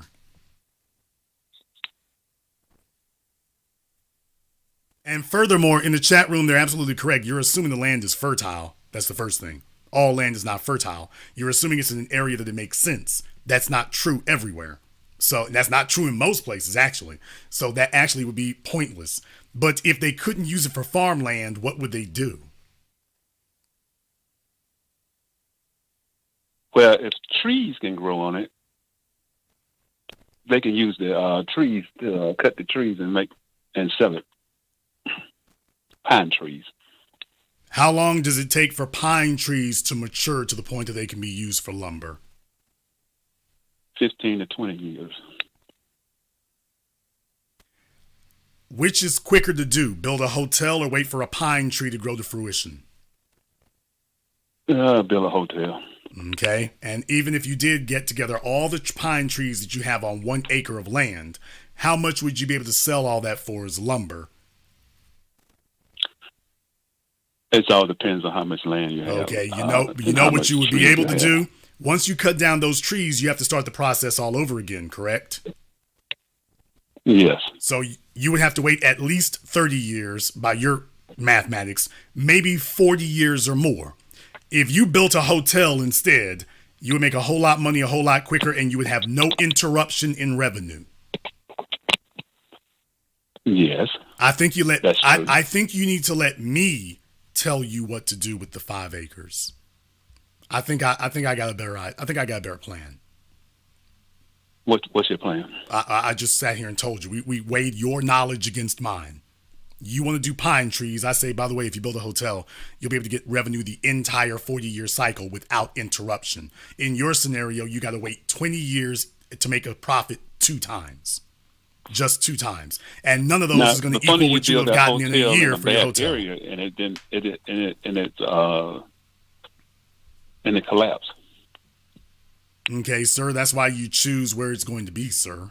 You don't just build a hotel next to a farm. You don't do that.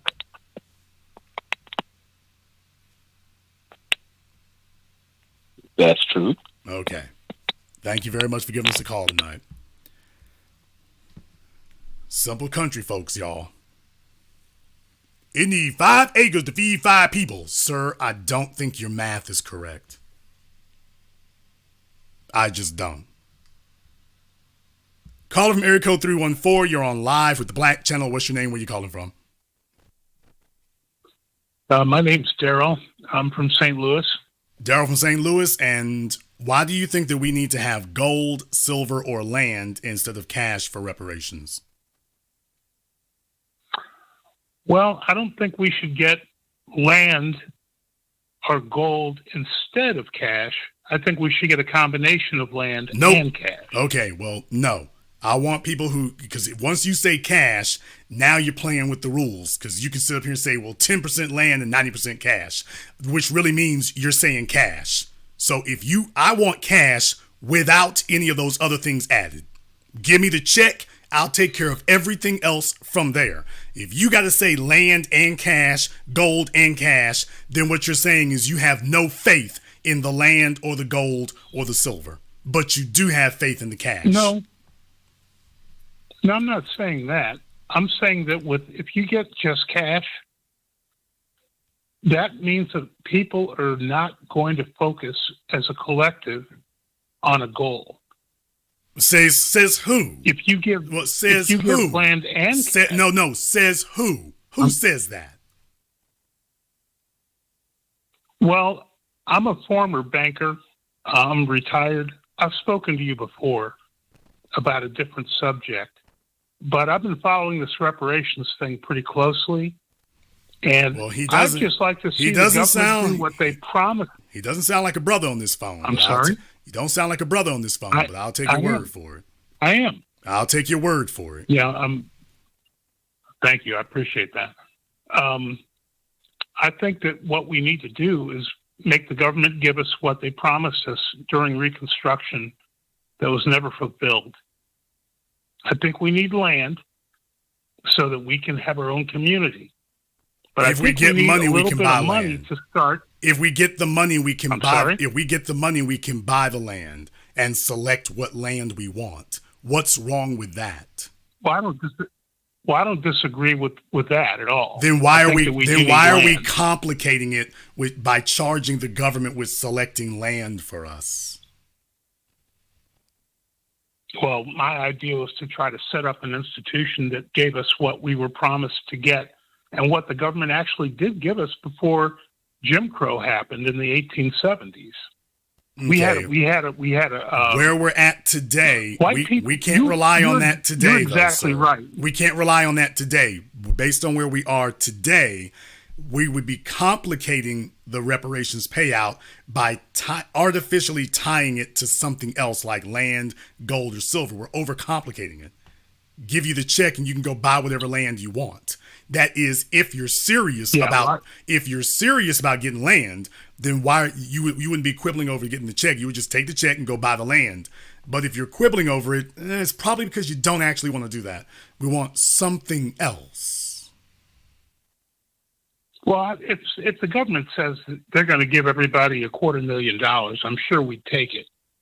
But I think that a slightly better approach would be to set up a Freedmen's Bank again, and to have that bank be the repository for all of our money as a people, so that we can keep the white institutions out. Okay, show me an equivalent of that has everybody else's money tied up. Show me the equivalent of that among white people, Asian, Jewish. Show me the equivalent of that. Well, there isn't one. We're distinctly unique. So what you're saying is no, sir. We're talking about building generational wealth, and you're saying that instead of us doing what everybody else did, take the wealth and invest it ourselves, we need to put it in some institution, let it manage it for us, and separate it from us. Nobody else has done that. But that's a strategy. I'm asking you, where is that strategy? Okay, sir, I am asking you, where has that methodology or strategy worked anywhere else for anybody else? If you can't show it, then you're just theorizing. You should be able to show us where somebody else has done the same thing and it worked. If not, you're telling us we need to take our money and go experiment with it. Well, I don't want to experiment with it. But that's exactly what you described, because you can't tell me anybody else who's done this. You're telling us to go gamble and experiment. And I'm saying no. Go invest it. Don't experiment. Okay, I hear what you're saying, but I'm not a gambling man. I think that we need to as a community, have a safe space for ourselves. If those of us who want to stay living amongst white people in their neighborhoods, shopping in their stores, buying food from their groceries, can continue to do so. But those of us who want to get together and set up a system in which we can, pile our reparations into institutions that serve our community and have a portion of land big enough to support a community. Right, and you don't have to of complicate black it. people. You don't have to complicate it by adding land to the mix. What you need to do is make sure it's in cash payment and then go buy the land. You're not complicating it. Also, to go back to what you said earlier, which is that, well, if everybody's now on the same page, or it's going to take their focus off of a common goal, that's an artificial handicap as well, that we all got to be in agreement of what to do. No, we don't. As a matter of fact, that's not even what you need. If you came from the banking field, you know that you should and you must keep your investments diversified. So all of us going all of us going all in and being on the same page on anything would be wrong-headed thinking to begin with. So no, we don't need to do that. Actually, we don't. Well, you may be right about that, but I think that having the institution of a black bank, which is devoted to our investment needs and our business development, is an important part of reparations, because that's what's been stripped from our community for the past 200 years. We have never really had an institution like that catered to us and our business interests. We did for a short period of time after the Civil War ended, when the Freedmen's Bureau and the Freedmen's Bank was founded, until it was destroyed by crooks, white crooks. And it's never been reestablished. Now, as a former banker, I can tell you how many times it hurt my soul to not be able to give a black family a mortgage when they wanted one, because their credit was messed up, or because certainly that's an issue here. But to wrap things up, certainly that's an issue. Having financial institutions certainly helps. Most of the ones we have now are not competently run to begin with, so that's a wonderful thing. But we gotta walk before we can fly, and right now establishing individuals is going to be the quickest way to get things done. Institutions are things that take decades to make viable. You can't make an institution. You can't just add water and make a quickie institution. It's not the way it works.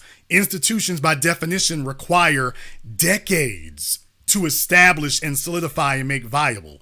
So what you're talking about is a long-term ambition, which is going to require a lot of people and a lot of planning. But furthermore, you can't engineer an institution. Institutions have to take place organically. You can't sit down. I'm going to make an institution. No, you're not. You're going to put a lot of money into something, but you can't fabricate an institution. An institution has to have the popular backing an institution has to have the popular backing and support of the people. You can't just make one. I agree. But it's got to be part of the discussion.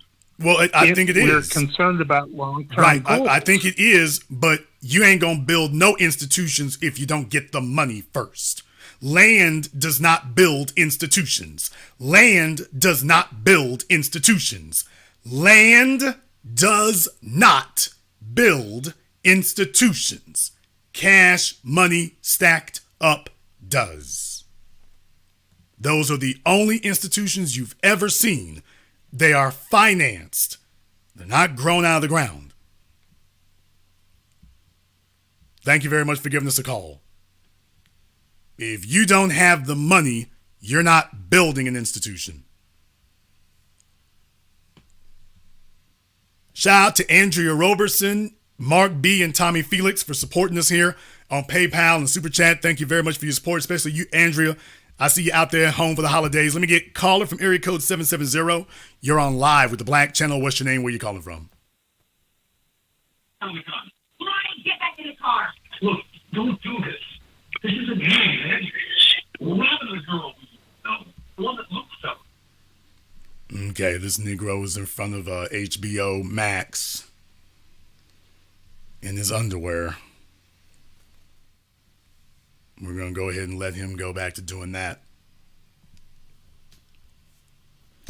Let's go ahead and deal with a couple of fallacies here. Fallacy number one, if you got the money, you wouldn't know what to do with it. Okay, you should turn it over to somebody else.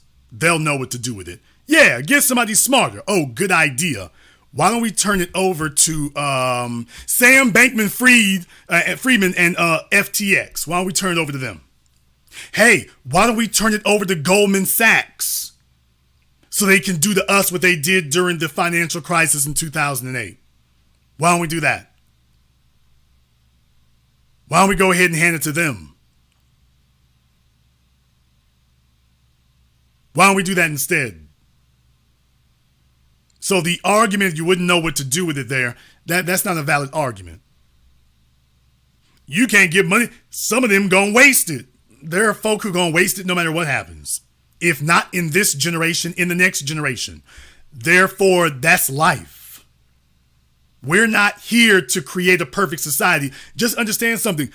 Those are Negroes who are scared. Nobody put those qualifications on Jewish people before they got reparations.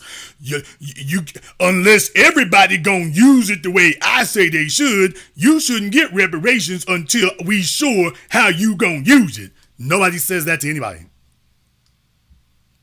Nobody says that to anybody except us.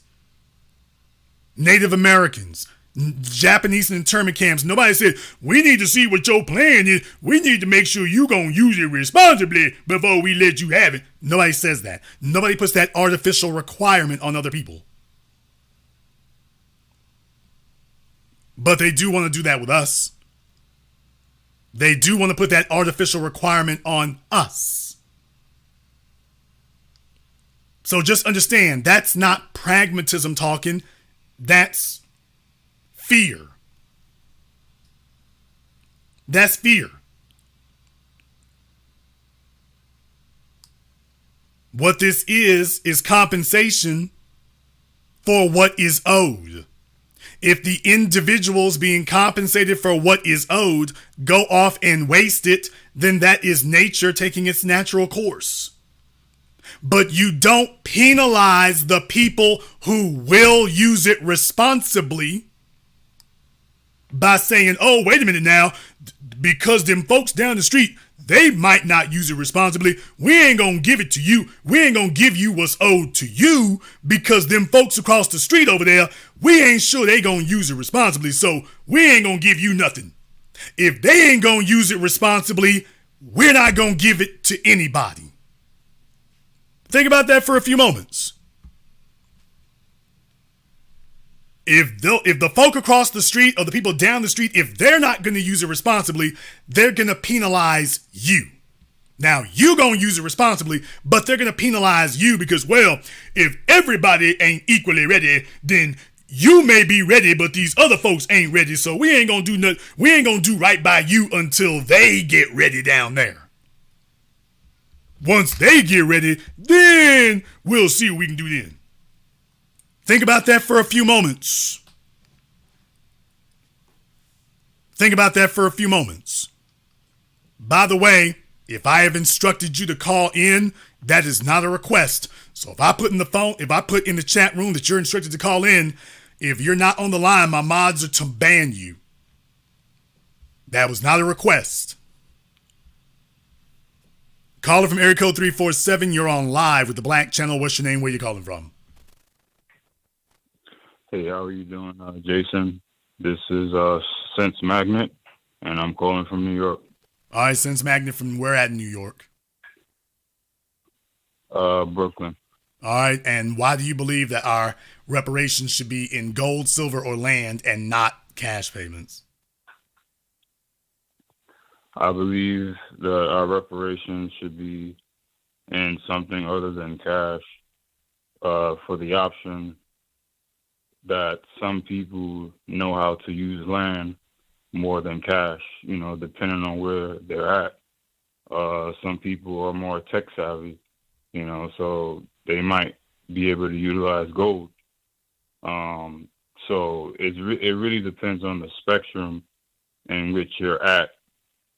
And that still goes into your own point of them not having confidence in us as Black people to know how to utilize our value system, whether that be land, crypto, cash, or whatever. So we also have to step back and give some leeway that some of us do know how to capitalize off of the monetization we're asking for. So there should be a set value, whether, California, 200 and something thousand per person. If you prefer that to be in a specific value, you should have that option. Now, the way in which they look at us is already at a low point. So they're already going to be assuming we're going to scam no matter what. Or they're going to already be assuming that we're not going to know how to utilize the land, the cash, or anything, or any monetization. Okay. I want you all to keep something in mind right now. For all of the gold reparations people, I want you all to know one thing. The total value of the world's gold, the total value of gold in the world right now is $12.5 trillion. That is the total value of the world's gold right now. 12.5 trillion. That's it. That's it. For those of you who might not know, you never looked it up, you never bothered to see it, you're just running around repeating Alex Jones because it sounds cute and you heard a commercial on this program. By the way, the total value of the world's gold is $12.5 trillion. That's it. What that means is that you will run out of gold before you run out of people that you owe it to. Let me say it again. Let me say it again. For all the slow bus kids who were calling up earlier who just didn't get it, what it means is that you will run out of people, you will run out of gold before you run out of people that you owe it to.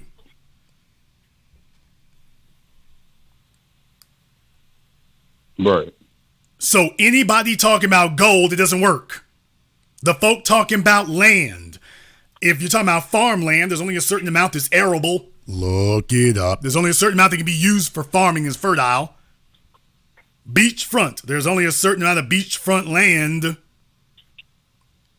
That is not going to work. Right. Now, where are your people from? My people are FBA, Carolina, Native American, and I also have... We missing one. My father from Jamaica. Oh, there you go. All right, there it is. All right. There it is. So, what is your interest in reparations? My interest is on my mother's side, they come from slaves. And in general, majority of my family that I grew up on has been under my mother. And I don't know much about my West Indian side, right? I've been here in New York the whole time. Most of my people are from the South, so yeah, I'm a mixed breed. So I don't necessarily care to get some for myself, but I want to advocate for my people regardless. So that's why I'm here. Well, I'm glad to hear that. That's a very good position for you to take, is you certainly should advocate for foundationals. That's a very good position to have. For sure. Now, as far as what you were referring to there before, those other things are subject to manipulation. Those other things are subject to limitations. Even if you wanted to try to do it, like I say, there's only a certain amount of land available, gold, silver. And then you said cryptocurrency as well? Well, I feel... Okay, and then then you said cryptocurrency as well? Yep. Cryptocurrency is worthless.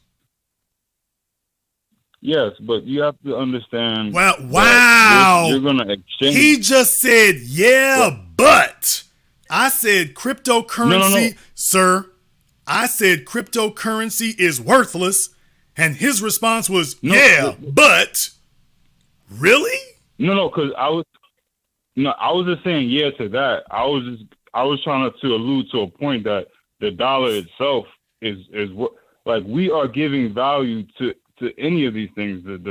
Any market, any value we give it to, we know the powers that be who have control, regardless of what they could say. Oh, today black bags are worth $2,000 a bag. Like we know who's in power. Okay, so, first of all, sir, no. Okay, sir, first of all, no, you cannot do that. First of all, you can't. I'm just saying. Okay, sir, first of all, that's not the way economics work. You cannot just jump up and arbitrarily declare that something that used to be here all the time that was worth 2 cents, it is now worth 100. You can't do that. No, I was just using that as an example. I'm not saying like literally. Sir, calm yourself down. I'm explaining. You cannot do that because the people who have their wealth stored in dollars, the Rockefellers, the Vanderbilts, the Bilderbergs, you just bankrupted them. So there's a reason why once you have okay, sir, just stop and listen.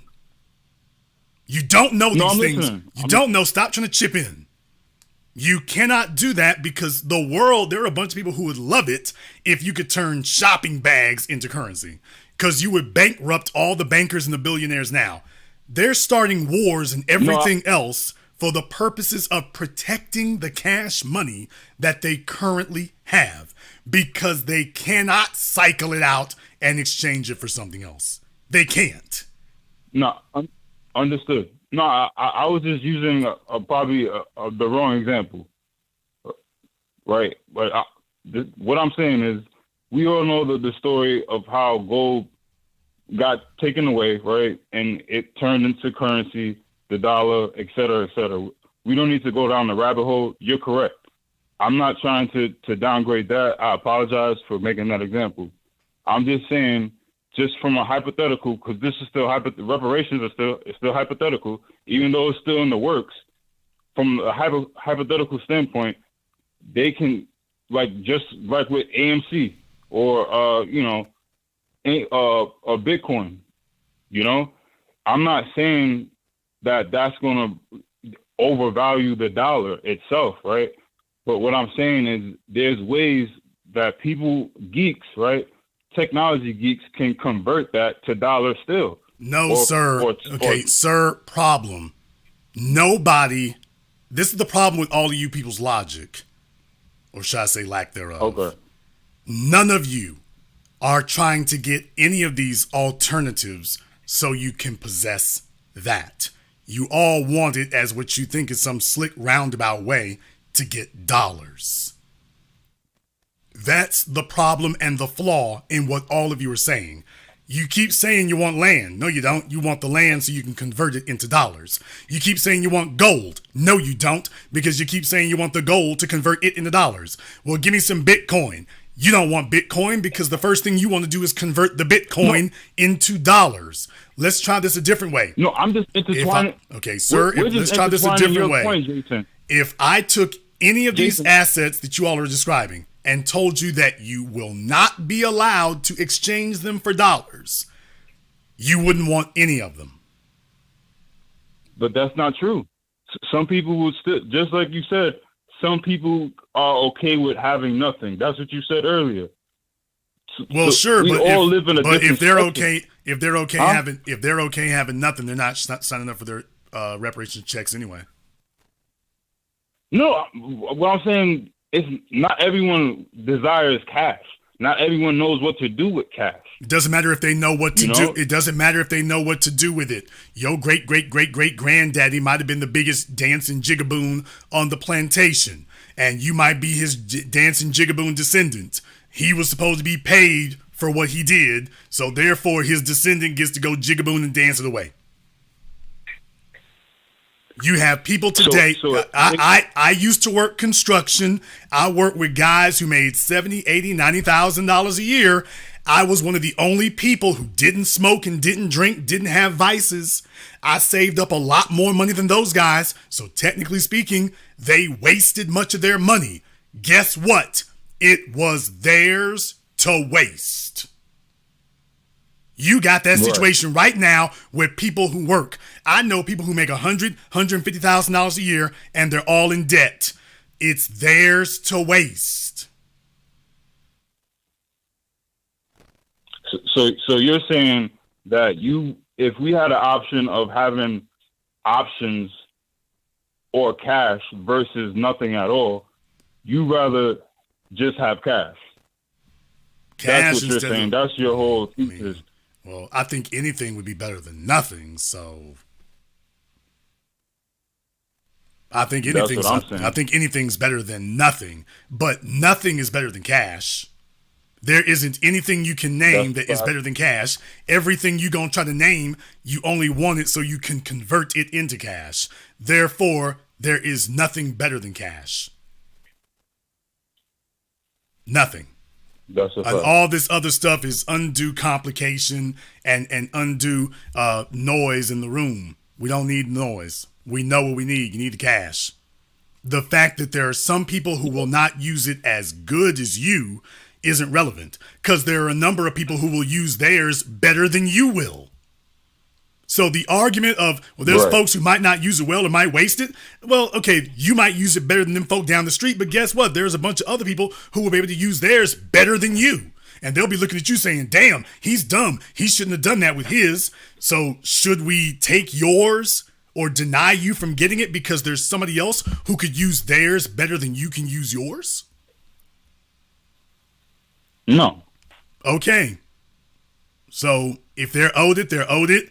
Hopefully they do the right thing with it, but ultimately it's because they're owed it. And if they want to just feed it back into the economy, so be it. Is what they're owed.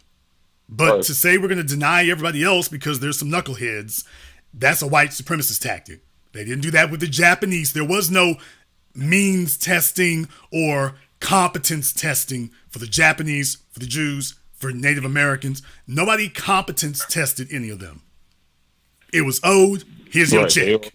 That's the way it's going to be for us. It's owed. Cut the check. And from there, we'll decide what we're going to do. Thank you very much for giving us a call here tonight. Lee Holmes in the chat room is correct. How I use my reparations is no one's business but mine. Don't let somebody put an artificial limitation on that.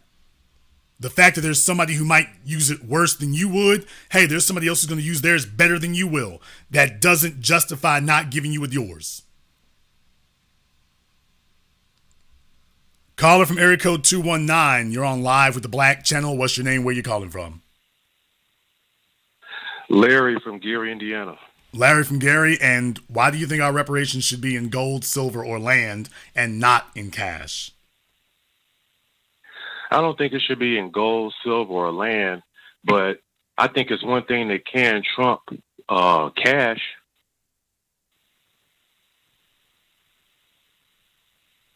Okay, clearly you don't, because you stopped right when you said that, so clearly you don't. Oh, I'm saying I think that maybe they can give us time. Okay, that's a metaphor. Well, look at it this way. What I mean is maybe a program for early retirement. Maybe those of us who are working, we can get, instead of having to do 30 years on our job, maybe we could just be required to do 15 years. Okay, and after the 15 years, what then? Then you enjoy the things you would have normally enjoyed if you would have had to endure the whole 30 years. I mean, you can take your full benefits. Oh, in other words, money. A shorter time frame to get your money.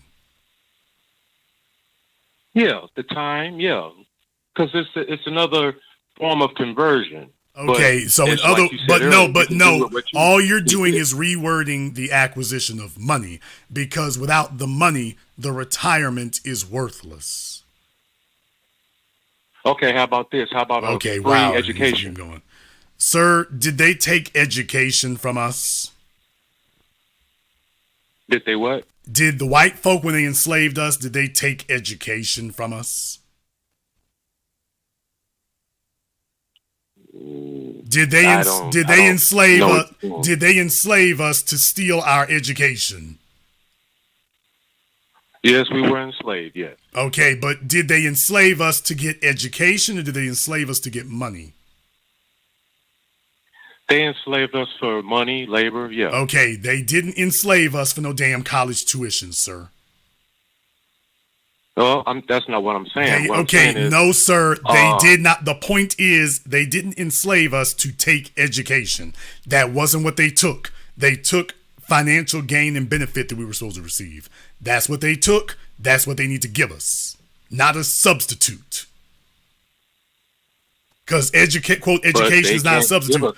We got plenty of black folk today with degrees. Black women that got the most, per capita, got the most degrees of anybody in America, and they're also the poorest people in America. So that's a red herring. That's a canard. That's a lie. They're running around begging for student loan forgiveness now. So very clearly, the going by the schoolhouse is not the point. Now let's take a look at the richest men in the world: Elon Musk, Jeff Bezos, Bill Gates, Warren Buffett. By the way, Mark Zuckerberg, was their wealth based on their academic achievement? No. I rest my case. Well, what do you think about the early retirement plan? I think that's another one. No, they didn't take early retirement from us. They took money. And you're defining it as early retirement. What you're not doing is phrasing it honestly. Early payout. You're trying to rephrase it as time. You're talking about an early payout. And I'm saying, saying, damn all that. Bring the retirement check on now. Okay, I have a question for you then. Wow, he's still talking. All right. What about as the value of the dollar continues to go down? All currency fluctuates in value. That's why they call it inflation. You have cycles of inflation. You have cycles. Right. You have cycles of inflation. You have cycles of deflation. Okay. That's basic. That is basic. Right, that is basic economics. Also, one other thing for people who don't understand how central currencies work, you all don't know your history. What happened to the currency of Germany after both World War I and World War II? Now take a look at where Germany is today. Germany literally had an economic situation the same as Zimbabwe. You literally had to have a wheelbarrow full of cash to buy a loaf of bread. They had hyperinflation, the likes of which we've never seen. We have annoying inflation. They had real inflation. And that was just Germany. France, Italy, same thing. We can go down the list. Russia, after the collapse at the end of the 80s, when the Soviet Union collapsed, same thing. The money was quote unquote worthless. What you do is you get together with the international community. They give you terms by which they're going to reorganize your debts or reorganize your economy. So you keep hearing these phrases, the great miracle, the economic miracle, when they talk about Germany after World War II, that they basically rebuilt their economy in 5 calendar years, basically. How the hell did you go from getting bombed out to rebuilding your economy in 5 years? Very simple, because you all don't understand how it works. Japan after World War II. Amazing how the story of Japan and Germany are both so similar. Within 1 decade, they both had their economies completely rebuilt.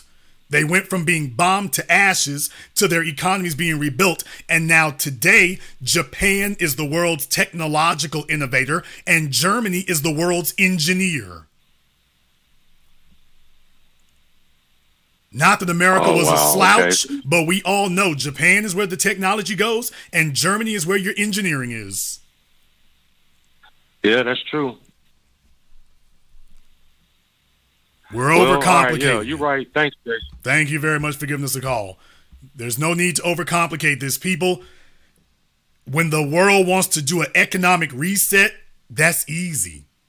They haven't done it in Africa because Most of the African countries like Zimbabwe and whatnot, Zimbabwe is fighting it because they want to do it on their own. That's why they want to go and start putting their own diamonds on the world exchange, and the Kimberley Exchange has been fighting it. Just like in Libya. So that's the headwind that they're facing.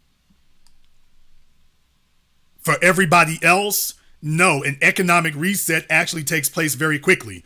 Jason, even with $10 trillion of debt, even with $40 trillion of debt, yeah, even with $100 trillion. You all don't understand. Those of you who are debating it, you don't actually understand how it works when you're dealing with the government, when you have the government in a central bank making the policy. An economic reset is actually a very simple thing for them to do, if the political will is there to do it. Now, when you have a fully functional government, the political will is usually not there. People keep voting themselves pay raises. When things go bad, all of a sudden it becomes very easy to reset things. I can name for you any number of countries that went into so-called economic collapse, either as a result of war or economic catastrophe. If you know your history and your civics, even recent history, then you realize, oh, hell, this has happened many times. Is it a bit of a racket? Sure, but it keeps the peace. Is it a bit of a racket? Sure it is, but it keeps the peace. Caller from area code 816, you're on live with the Black Channel. What's your name? Where you calling from? Yes, Jason. My name is David from Kansas City, Missouri. All right, David from Kansas City, what's on your mind? Basically, thank you for having this great topic. I personally would choose land, and that's because of the nature of business that I am in, which is I'm an independent business owner in truck driving. So basically, in the industry I operate in, I would choose land because, for one, I have an issue with truck parking. Where I currently park my semi-truck when I'm at home, I pay $200 a month to a business owner that owns a plaza with multiple stores on this property. So that's where having land can generate dollars. Again, I also have other people I do business with as far as getting truck repairs. They have a repair shop, which in turn, they do repairs on the semi-trucks, and then they lease out parking spaces on their property.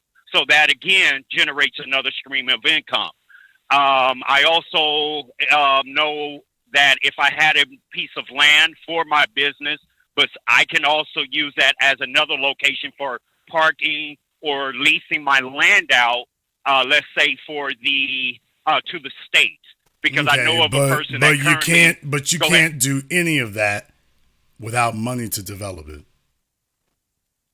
Without the money to, well, I'm speaking from where but you can't. But you can't do any of that without the money to develop it. The land is worthless without money. I already have money. Okay, yeah. So I need the land. You and the other guy said that as well. I already have the money. You're spotting yourself and art. Okay, but you're trying to spot yourself an artificial thing. We're not talking about you as individuals. Understood. So your land, what you're doing is you and the other guy are proving my point. You're not defeating it, you're proving it. The land is worthless without money to develop it. Everything you're saying is null and void. If you didn't have the money so that you could turn the land into something useful, then it's worthless. Wait now. If I gave you the money without the land, the money has retained all of its value, even if I didn't give you land. But if I gave you land and no money, your land is worthless. Well, I see the same with the money because I purchased my semi-truck pre-pandemic. Then I needed to purchase a semi-trailer during the pandemic and inflation was high. And I basically purchased a $50,000 trailer, which in turn, pre-pandemic inflation, that same trailer I have now would have sold at 25,000. So, but yet, okay, that's irrelevant. That's irrelevant. That's really irrelevant. I mean, that doesn't mean anything. How is that irrelevant when you're saying that getting money is going to develop something, but I'm losing buying power? So now it's going to cost more. Okay, sir. To develop just because you lost buying power doesn't mean that the money is worthless. Oh my goodness. Wow. My goodness. No, I'm not saying it's worthless, All right. sir. You said it's worthless. Sir, I'm saying that land. I'm saying that land. So that comes sir, with I'm saying no, sir. The money. I'm saying that land without money is worthless. Money without land. No, it isn't. Okay, not in sir. My eyes. Money, sir, it's worth. Okay, right now, sir. Let's be very clear. And make money okay, sir. We're not going to talk over the host. Land without money is completely worthless, because the only reason you want land is so you can turn the land. Sir, you only want land so you can turn the land into something else. That's all you want it for. But you're saying I need cash to develop it. Yes. I don't need cash to develop the land that's going to be given to me, because I already know what to do with it. Immediately when I get the land, I know of 10 truck drivers that have nowhere to park. I can immediately put them on my land, and I have income coming in. Sir, you're gonna have to prepare the land for 18-wheelers. What are you talking about? This is fantasy talk. That's not fantasy talk, because I already have land picked out on that here. Sir, you can't just choose a patch of dirt and park an 18-wheeler on it. That's unsafe. You can't do that. You have to prepare land for a big rig. Well, I understand the whole thing about zoning. No, sir. Land. 18-wheelers are heavy. 18-wheelers are heavy. 18-wheelers are heavy equipment. You can't just put an 18-wheeler on a patch of dirt. You have to prepare that land, sir. Sir, I parked on it right here in Kansas City off the 435 North. Off of Independence Avenue. You can look up, there's a truck parking lot there with dirt on the land, sir. I don't care if you got it on Route 66. Dirt washes away every time it rains. If you don't have to condition the land, I understand if you don't have to condition, sir, if you don't, there's no chance whatsoever that you just got a patch of dirt that doesn't require any maintenance. That's impossible. You're insulting people's intelligence. You're certainly insulting mine. I have people who own 18-wheelers. There are multiple pickups and drops I go to that has dirt lots. And like you said, when the water and snow melts or the rain comes, that dirt lot is muddy and nasty. I understand that. Yes, and the only way it's going to stay in place, the only way it's going to stay in place is if somebody puts gravel or rocks down to retain the dirt. Understood. And I have people with industrial equipment to come and bring that in. Thank you. And that is called development. Cash money. No. But again, it's called development. I Sir, already got money. Calm yourself down. That is called development. That's what that's called. God. That's called development. That's just like putting a security gate up and everything else to protect the land. But what I'm saying with land, I can also lease the land out to car dealerships that has overflow of new vehicles. I could put up a truck driving school on my property. Not without money, you There's ain't. multiple things besides just, okay. Not without money, you're not. I see it every day, bruh. Not without money, you're not. You're not going to do it without money, you're not.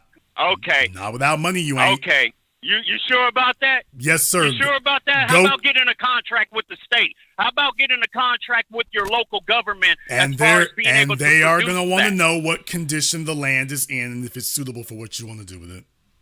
That's fine. And as I said, I have friends already with industrial equipment to come in to level my land. Thank you. I know how to go buy rock from the quarry. They're not, I already know all that. First of all, people are not going to level your land for free, and they're not going to give you rocks for free either. I understand that. Thank you. So you need the money. No, you need the land. I already got money. You need the land. No, sir. You need the land, and then you need the land. Okay, sir, calm yourself down. You're very emotional. You need the land. I'm not emotional, sir. Yes, you are. You're screaming you're screaming like Pee Wee Herman. Calm yourself down. Calm yourself down. You cannot, everything you said is proving my point. You can't develop the land without money.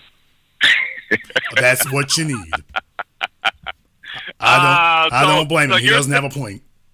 Thank you very much for giving us a call. They're screaming like girls over here. He's proving my point. I got rocks and land and gravel. Nobody's going to do it for free. You need the money. Well, yeah, I know, but if you let that guy be in charge of your economic financing, good luck to your company. You're going to need it. Good luck to your company. You are going to need it. You're going to need every bit of it. It's going to be a very rough ride. It really will. Caller from area code 562. You're on live with the Black Channel. What's your name? Where you calling from? My name is Mingo. I'm from L.A. Hello, Mingo from L.A. And why do you think that we need gold, silver, or land instead of cash reparations? Well, truthfully, I think that's a loaded question. I think we're supposed to get all three pursuant to treaty stipulations. Okay, sir, no. Why is it you think that we need anything other than cash? I think we're supposed to get cash and land because the treaty says we're supposed to get okay, but cash sir, I'm land. not discussing treaties, sir. I'm not here to debate treaties, sir. We're talking about priorities and usefulness. So no, you're mistaken. No, we're talking about what goes and what you say don't matter. The law says that we're supposed to get land and annuity checks and land patents. That's what the law says, not what you say. Sir, please turn your fez around to the side. Thank you very much for giving us a call. We're running short on time here. I'm not going to sit here and argue in circles on that. I said what we're here to discuss. He's like, no, I smoked the joint before I go on the line. This is what we're going to talk about. See what the law says. There was a treaty that was signed. Why is it that I got a question?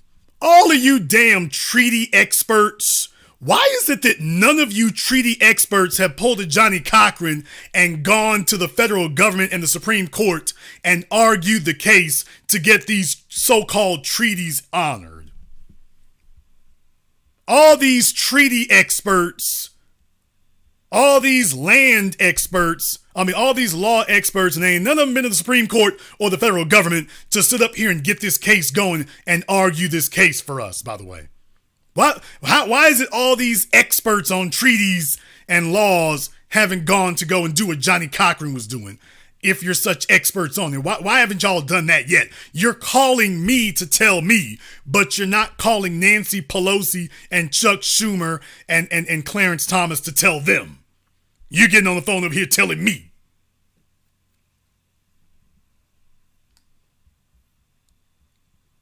You're experts.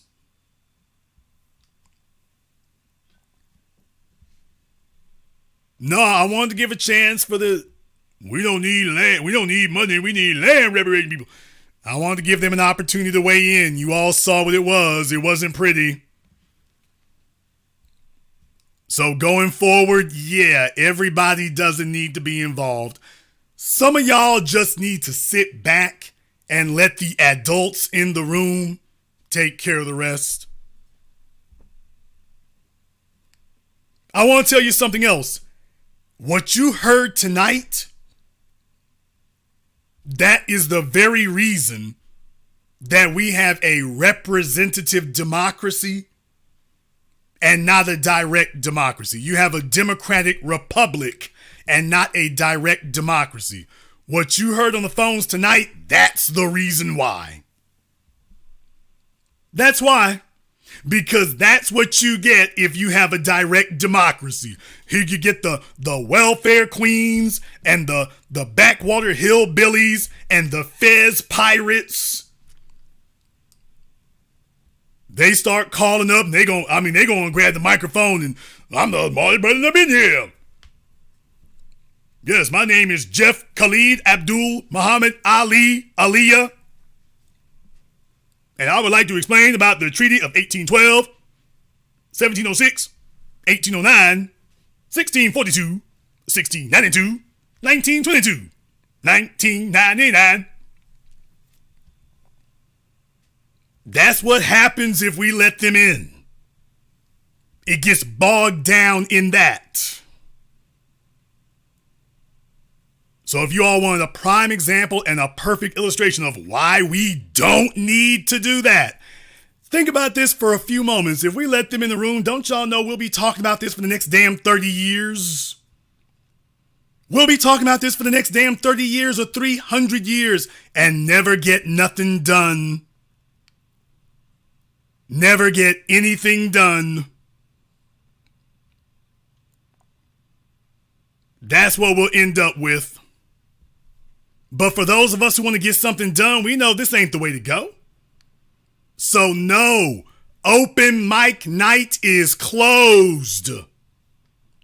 Don't bring me no substitutes. Bring me cash money. And then all the rest of these folks, I'm going to open up a truck stop. I'm going to open up a farm. I'm going to open up a damn weed dispensary. I'm going to open up a popsicle stand. Well, here your check. You can go make it do what it do. Go ahead and do that.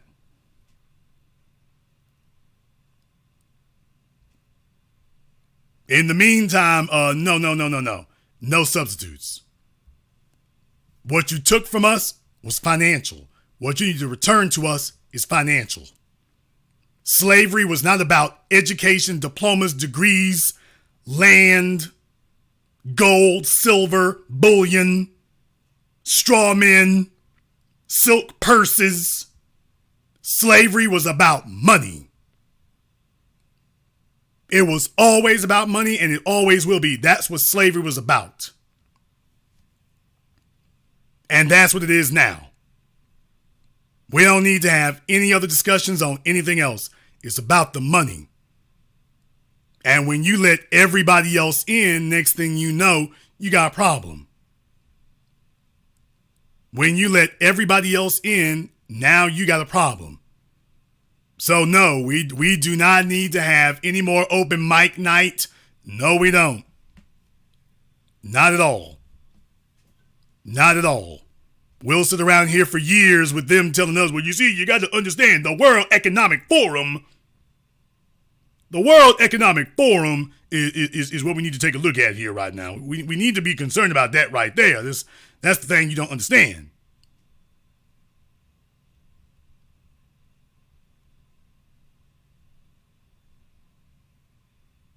Everybody else is going to be out here getting rich. Everybody else is going to be out here stacking their paper. And you got folks over here telling us that we need land, we need gold bricks, we need Bitcoin. And then you got the truly cowardly talking about what we're not going to get. Fox News and these people are not talking about reparations because they don't think we're going to get it. They're talking about it because they now realize it's inevitable. Now they realize it's inevitable.